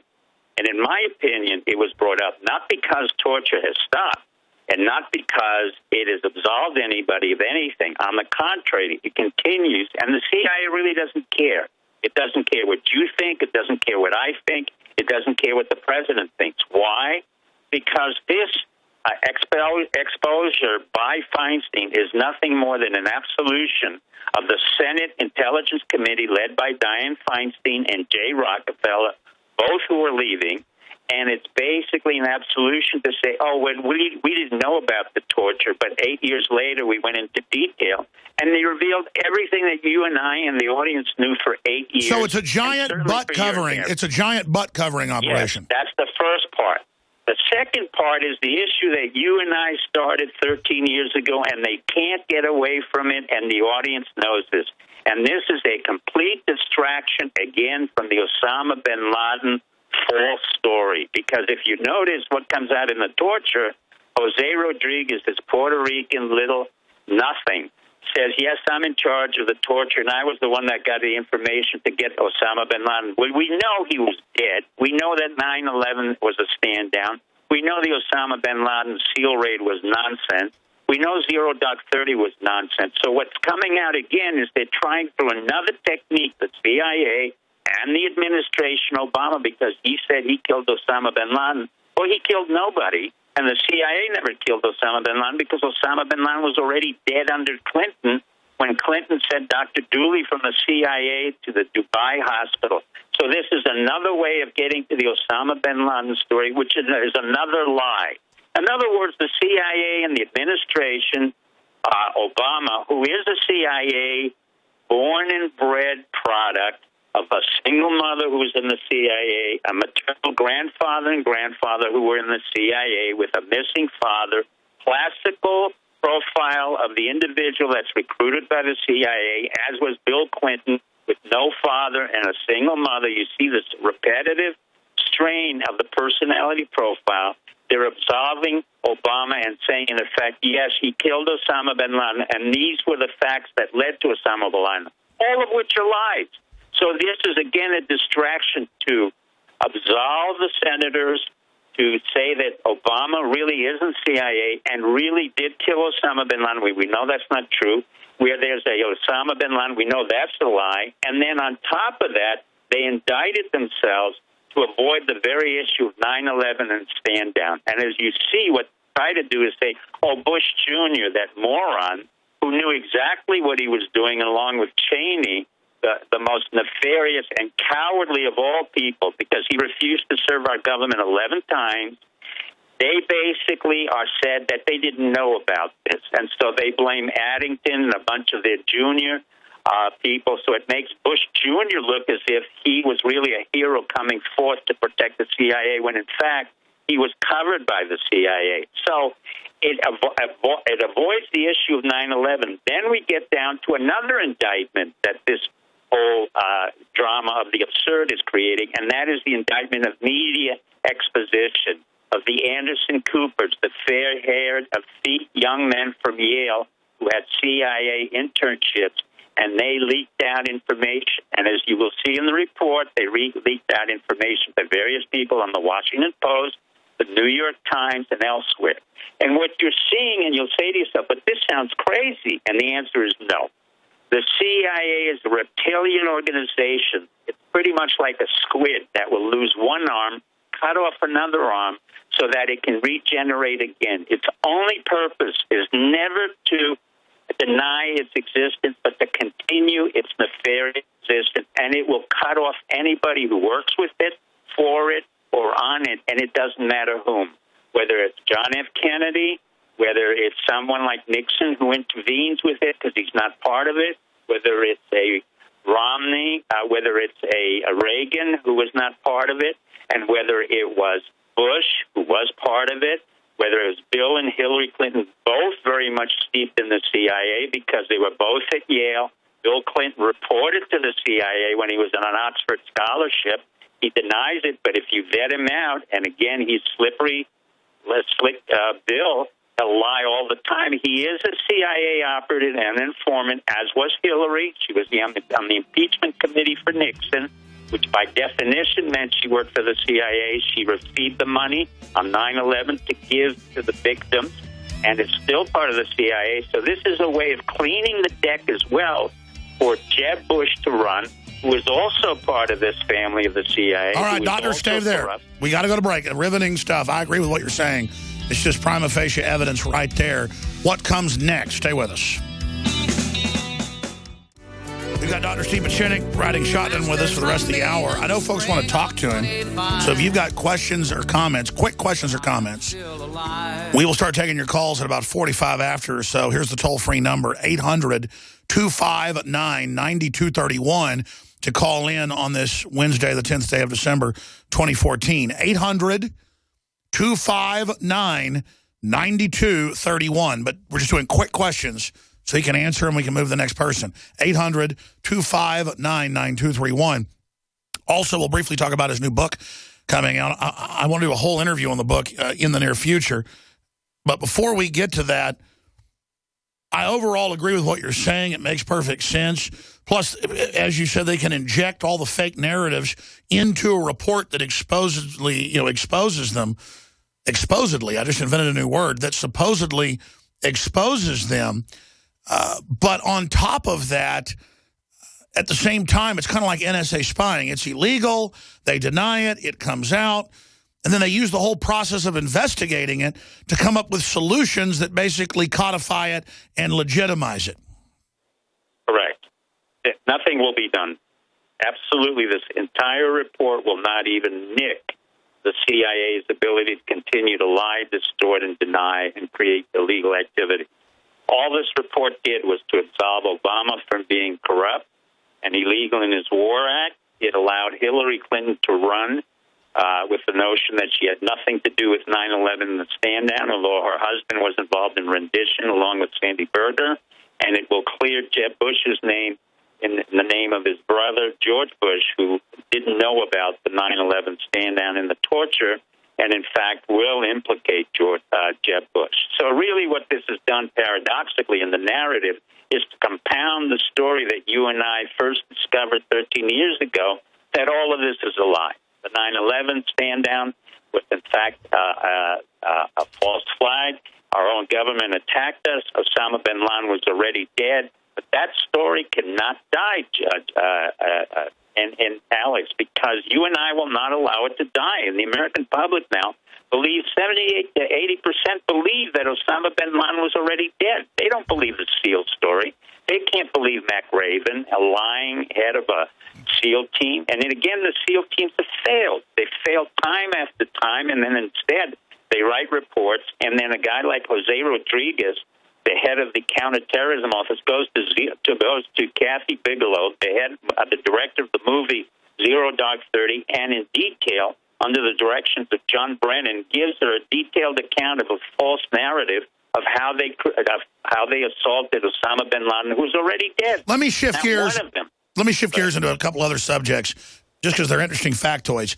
Sure. Why do they try to pick fatherless boys for this CIA role? Is it the state becomes their father, A, and then B, why don't you ever see the Army in these Navy SEAL type movies where they're these supermen? I mean, the Navy pushing Navy SEALs as God is really starting to get ridiculous. Well, you asked two excellent questions. I'll quickly answer. Number one, the fatherless son is a totally absent son. That they in fact become the surrogate father. They know the son is vulnerable. Both Obama, or Barry Sorrell, and Bill Clinton were involved in sex, drugs, and other activities, so that they could be compromised. What the CIA always looks for is for a man or a woman who can be easily compromised and used at any time and can be indicted or thrown away or neutralized. The second part is the Army is much more sophisticated. Under Dempsey, and under various other generals, the special forces and units out of Fort Bragg and elsewhere have been instructed never to speak up. The reason why the SEALs have been a failure is because of Admiral Mueller, whose father was part of a publicity machinery from the William Morris Agency, Admiral McRaven, who was a total disaster and was a loudmouth, as was Stan McChrystal. These were all narcissists. The SEALs were a failure during the Reagan administration. 13 of them died on the way to Grenada when I was involved in that false, attempt to attack Grenada. And they couldn't explain why 13 SEALs drowned on a raft when they were trained to be underwater. So SEALs have always been a secondary quality and a secondary class of gamesmanship. But they've been the first one to run to the movies, run and make movies about themselves, whereas the other units, the Navy, the Army, the Air Force, and other special units that I will not get into, have never been heard about, will never be heard about. And under General Martin Dempsey, they will be under strict commands. The Navy should be reprimanded. The Chief Naval Operations Officer should have demanded... Stay there, Doctor. Stay there. We're going to come back. We'll be right back with more on that. Well, his new book is out in digital. We're going to try to carry it in hard copy. It's Pachinik Talks. StevePachinik.com. We're going to talk to him in a minute about that. I want listeners to understand something. This broadcast is groundbreaking for all my warts. I don't claim to have all the answers. Sometimes the show's unlistenable. But at the end of the day, we have great reporters, great research. We really are trying to find out the truth, not a bunch of hype. And I want to live in a free, open society, not in a tyranny. And so we wear our bias openly. And it is the high-quality products and the support of our sponsors that makes this entire independent media operation possible, that now reaches tens of millions of people conservatively a week and is mainlining reality. And I don't claim to have a corner on that market, but what we say compared to mainstream media is night and day. They're trying to deceive you, trying to dumb you down, trying to make the language smaller, trying to disable you. We are trying to empower you. I believe in an informed population. As Thomas Jefferson said, that's the only way to be free. So please, this Christmas, remember Infowars.com, InfoWarsStore.com, when you're doing your Christmas shopping, your holiday shopping, because whether it's a Molon Labe long-sleeve camo shirt or a woman's black and gold shirt, or whether it's a Molon Labe or George Washington belt buckle, or whether it's commemorative Molon Labe silver coins, only 500 of them, that funds our operation at InfoWarsStore.com or MadeIn1776.com.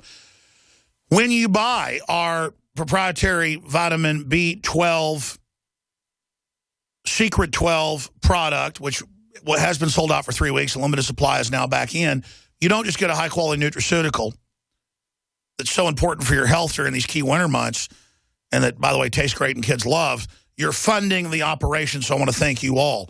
You can also get a nightly news membership to PrisonPlanet.tv. It takes about 1 minute to sign up. 20 people can use each membership. Nobody's got a subscription service this low. All my films, the nightly news, the Daily Show simulcast, all of it at PrisonPlanet.tv. And mainstream media is so lazy and so stupid, they almost always go, how dare you sell a subscription to your radio show and your website? The daytime radio show is free. There's a free video feed that we have to pay for, that your purchases help fund. The nightly news is for subscribers to get HD, to see the nightly news, and so much more. And they understand that. It's about supporting the platform. So we're running half off right now on yearly memberships. Normally $54.95. Now it's $29.95, or right at half, or a little bit below half. Right now at PrisonPlanet.tv. So if you haven't been a member, try it out. If you are a member, re-up or buy a new membership to share with others. PrisonPlanet.tv. And we built it. You have come. We're trying to grow. We're trying to be as professional as possible. We're trying to do something that the rest of the media has decided not to do. They want to prey on the public instead of empower the public. And if they ever figure out that not lying is what people are looking for, I'll be out of a job. Because there are more talented, smart people than me out there. It's that there's really a vacuum in media, because most people that get into media work under these big corporations that are part of the inside game. and still think lying to people is the way to go, but they're extincting themselves. Their ratings are down 95% in 20 years at CNN. MSNBC has a smaller audience than a local radio show. They are a paper tiger. And speaking of that, you got cut off by the break, Dr. Pachenik. Then we'll talk about your book some. You were getting into the fact that, look, nothing against the Navy SEALs. I know some Navy SEALs that are good guys that gave us good intel about the helicopter getting blown up. But at the same time, anyone I know in the Army Special Forces of any type will say nothing, will tell me nothing. And I know the Army's involved in probably 10 times more than the Navy. And I always just wonder why you never hear from them but hear from the SEALs. And I think it goes to this same narcissism, not of the SEALs, but of their commanders and of the politicians, that they could be seduced into doing this. Because when I look at it, almost everyone at MSNBC or CNN is a former Democratic Party Politico operative. No one wants to look at them, but they don't care. They want to be on TV, so mom thinks they're a star, so they're now on television, even if there's no audience. It does seem like a mass narcissism. You're a psychiatrist. What do you think? Yes, I think the narcissism has gone through all of our military, including the Army, Air Force, and Admirals. You've seen a few generals in the Air Force have been discharged by General Martin Dempsey. You've seen a few Navy commanders have been discharged. We have too many generals, too many admirals. Here's the problem. The CIA is a total product of narcissism. It's a fictitious organization that really thinks it does something. It has done more harm than any good over 30 years. I don't say that because I disliked them. Men I knew were men who came out of the OSS, Don Gregg, James Little, Paul Redman, all who had made their bones in North Korea, South Korea, and been in the military. The problem is it outsourced itself to 80% to make money and to create wars that it could not fight, didn't know what to do. As the report suggested, they have no idea of how to interrogate. Every cop on the beat knows how to interrogate better than they do. Every military policeman knows how to interrogate, yet the CIA is a complete disaster. They co-opted our Republican system of presidential selections, which has to stop.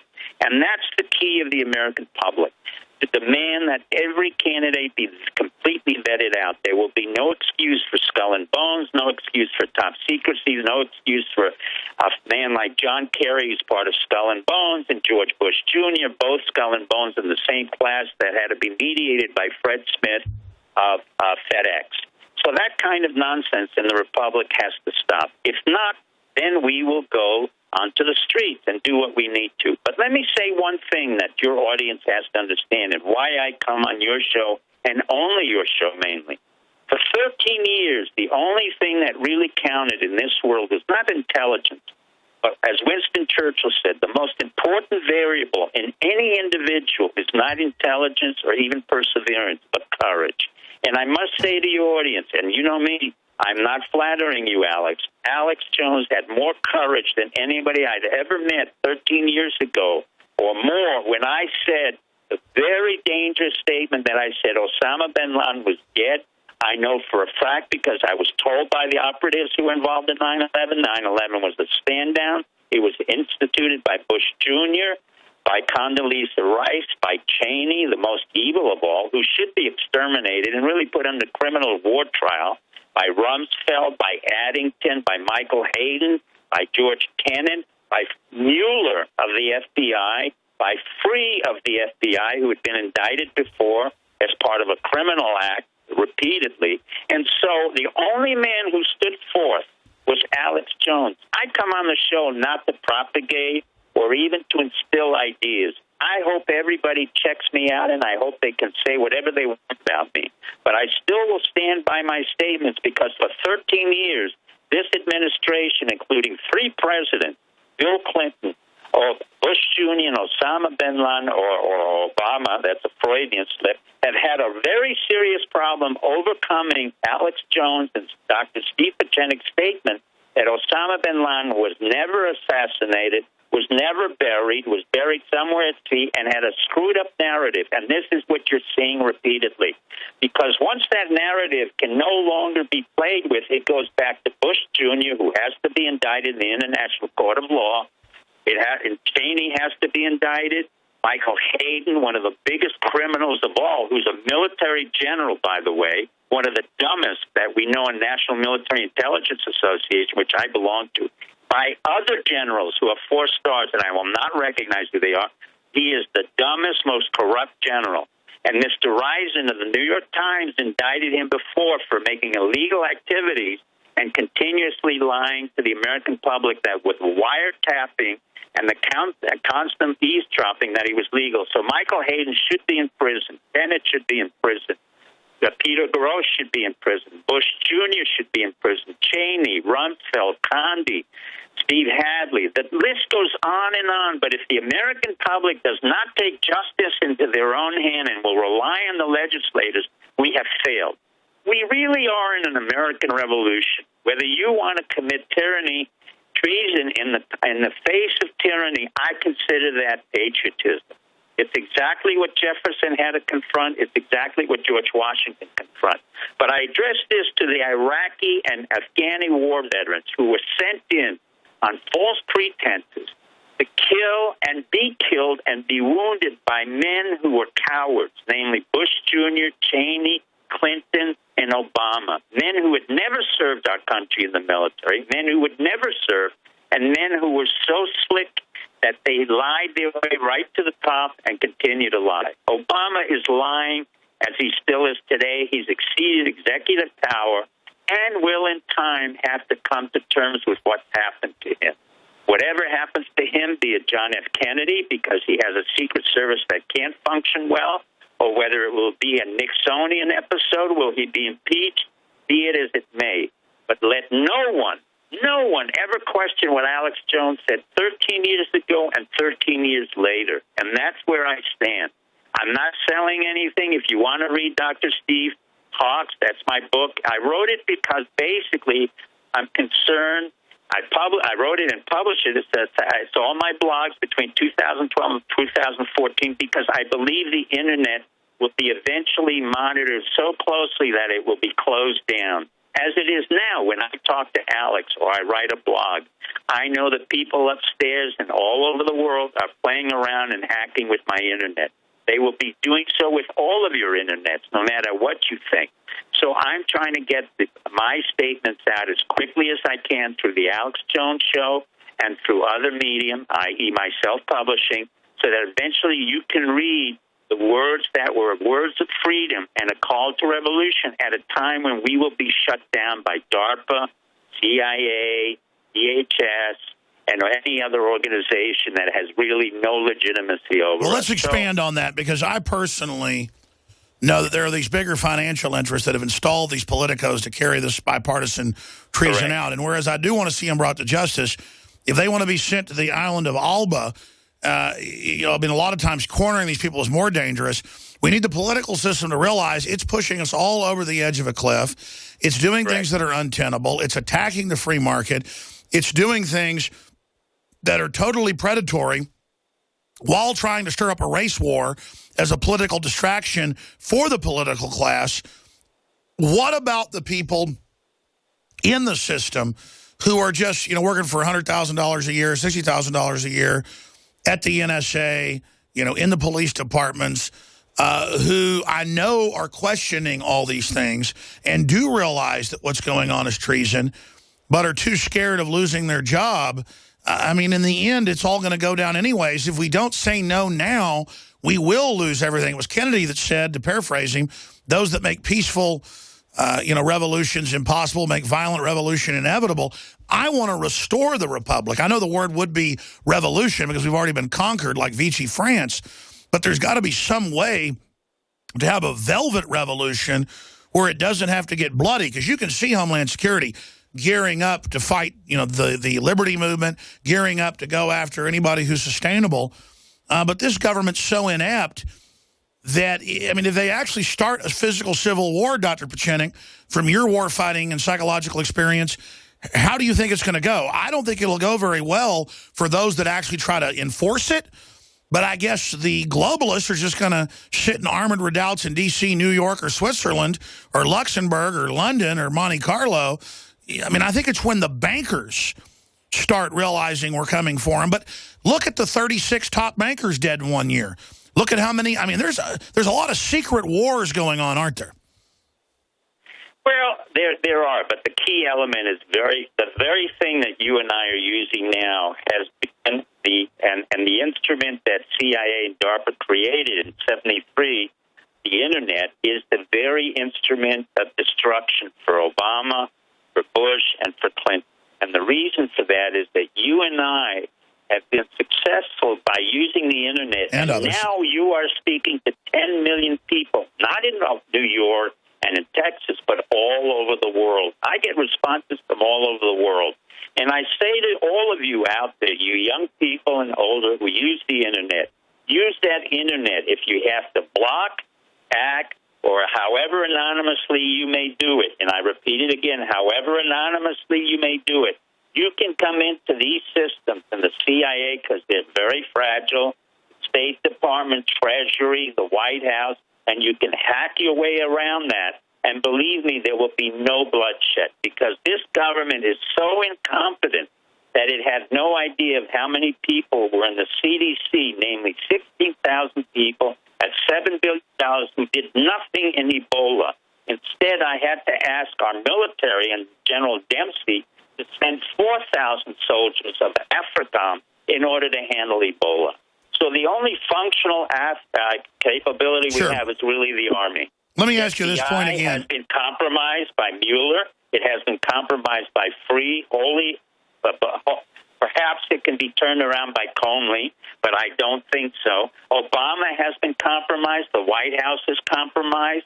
Bush is compromised. Clinton is compromised. So we have to take now the revolution, the Velvet Revolution, as you call it, and stream it through the electrons right into the White House, into the legislators, into the CIA, Department of Defense, the FBI, and hit them with every electronic passion that we have.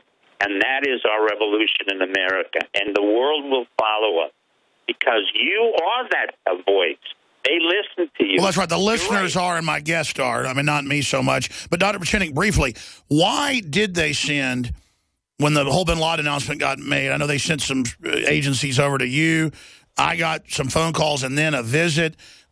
I mean, what is the point of that? Just pure intimidation? They're afraid. No. Well, I was about to say, they were very nice about it. You know, actually crying uncle, yeah. Well, it's this, Alex. You and I have been together kind of informally for a long time.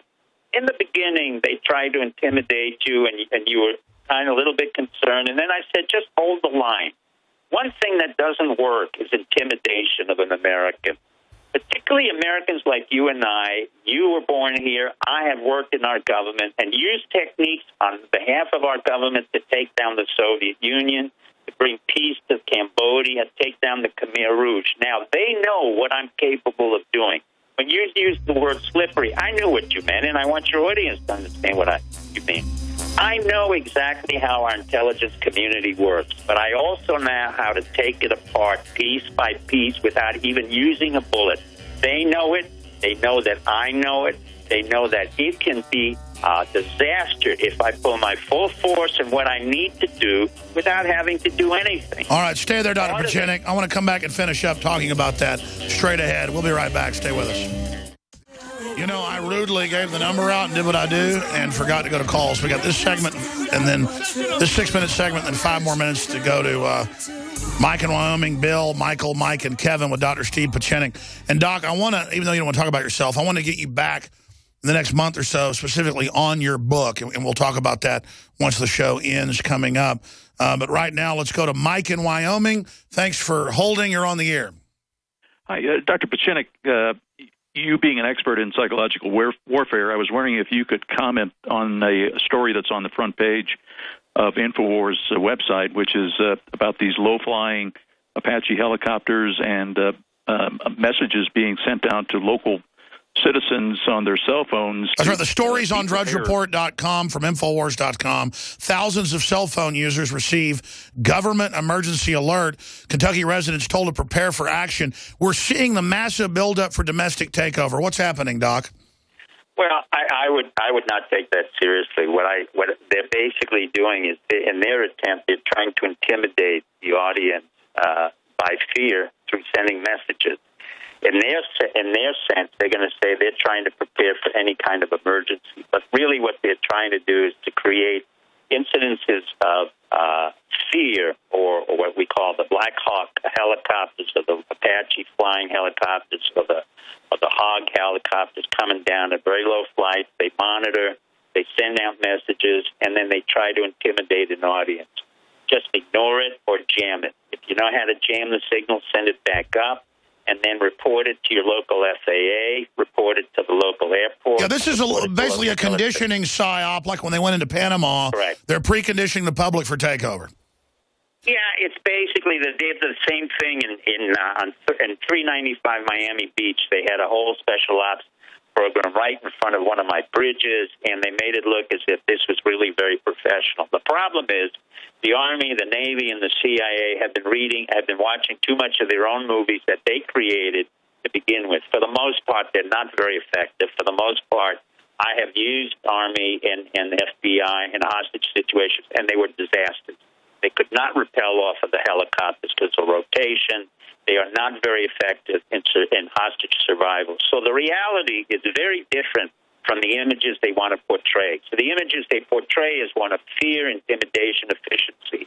The reality is that they're a government agency that's totally ineffective. Yeah, Mike, PSYOP. What's your take on it, Mike? I wasn't sure. I wasn't sure if it was just a snafu or it's massively increasing, and it's also to condition the troops. But all it does is condition them to wake up. All I'm saying about the military, especially the Army, the most awake group, I mean, they know what's going on. Let's talk to the Army. The Army has been told repeatedly, if they don't stand up and stop this nonsense on behalf of the Navy colleagues and the CIA and other parts of the intelligence community, they will be in trouble. And they will be denigrated in the eyes of the civilians. So they've been repeatedly warned by me and others that they have to stand up and say this enough, including against the President of the United States. But, Michael, it's basically a conditioning exercise. And if you want to have fun, take some jamming equipment. Stop it. Pachinik wants a revolution. Mike in Texas, you're on the air. Go ahead. Yes, Alex, long-time listener, first-time caller. I was wondering, what are we going to do if it does turn hot? How are we going to get the resources to fight this thing? Well, I wouldn't be concerned. You have to remember that during the Revolutionary War, only 4% of the population of 700,000 men were involved in the actual fighting and combat against the British. In this particular case, the United States government cannot handle the mileage and the distances that occur all over the United States. We're too spread out. We're too spread out. I live in Florida. Alex lives in Texas. There are people in Montana where fewer than 1 million people. So I would not worry about it. But if I am a Second Amendment believer, I think you should have some of those surpluses. I think some of the things... Stay there. Back in 1 minute. Stay there, Mike. Stay there, Dr. Pachinik. Come back in 70 seconds. Infowars.com. Well, Pachinik was just saying during the break, we got to hang in there. Things are getting hotter. I think cooler minds are going to prevail. I agree we should have a peaceful info war revolution against this tyranny. But finish up your statement on that. When you say things are getting hotter, I can see the machinery of the establishment trying to move, but it's mainly just propaganda and turns more people off. If I was trying to turn people off, I would do what they're doing. But I know they're not in a conspiracy against themselves. Do these arrogant people in government really think they built this whole thing and that they aren't just sitting on top of it? No, basically the arrogant people in government are not as smart as you think they may be. What was happening and why I'm concerned is that this kind of arrogance exponentially grows. And what happens is they're going to start making mistakes. And when they start making mistakes, they start blaming each other.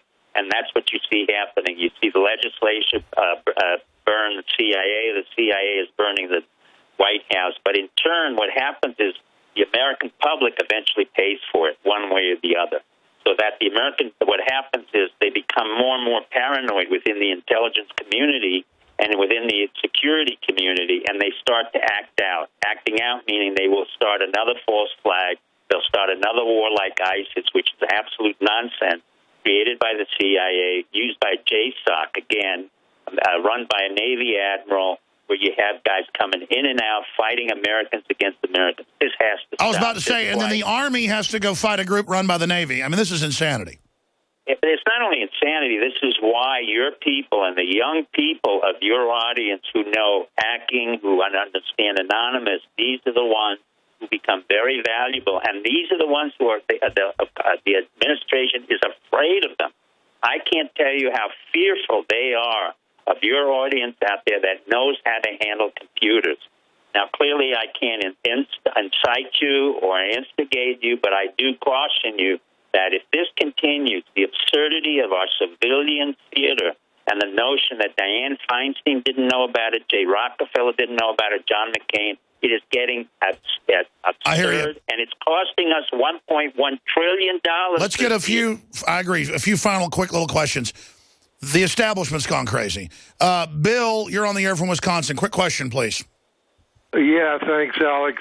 Dr. Pachenik, I agree with 99% of what you have to say, but, you know, you seem to whitewash Herbert Walker Bush, and I just can't stomach that. I'm not one of the young folks. I won't whitewash him. What I said is his only contribution was to help in the takedown of the Soviet Union Cambodia Peace Conference. The rest, I do not whitewash. He has approved George Bush Jr. He has approved Jeb. He's approved Neil, who's been a corrupt individual. Okay, well, there's your answer. So Bill, I don't whitewash that. Thank you, Bill. We're not cutting you off. We're just out of time. Michael in Louisiana, go ahead. Yes, gentlemen. In March and August of 2013, there is a case going to court, Shalee versus Bush, that was going to put the entire Bush administration in jail on the Nuremberg trial precepts. Obama stepped in and had that case quashed, and then went to the courts to seek immunity for the entire Bush administration. I'd like to know how this case fits in with the recent release of the torture memos, and if the well, I don't know the case. I don't know if Pachenik does, but well, the only thing I would suggest is that's correct. Domestically, the president gave everybody immunity, but in reality, you have to take it to the International Hague Court. Anytime any of these individuals, the Bushes, leave the United States, they can be in prison. Henry Kissinger knew that. Michael Hayden knows that. That's right. These people aren't invincible. They aren't invincible. And we need to let them know that the people are aware and awake. Dr. Pachenik, thank you so much. Have a great holiday coming up, and we'll talk to you for sure, Lord willing, in the new year. Thank you. All right, folks. Pleasure, and thank you, and God bless you all. Thank you. God bless you, too. Now, we're going to go to break here, come back and retransmission. Nightly News tonight, 7 o'clock Central.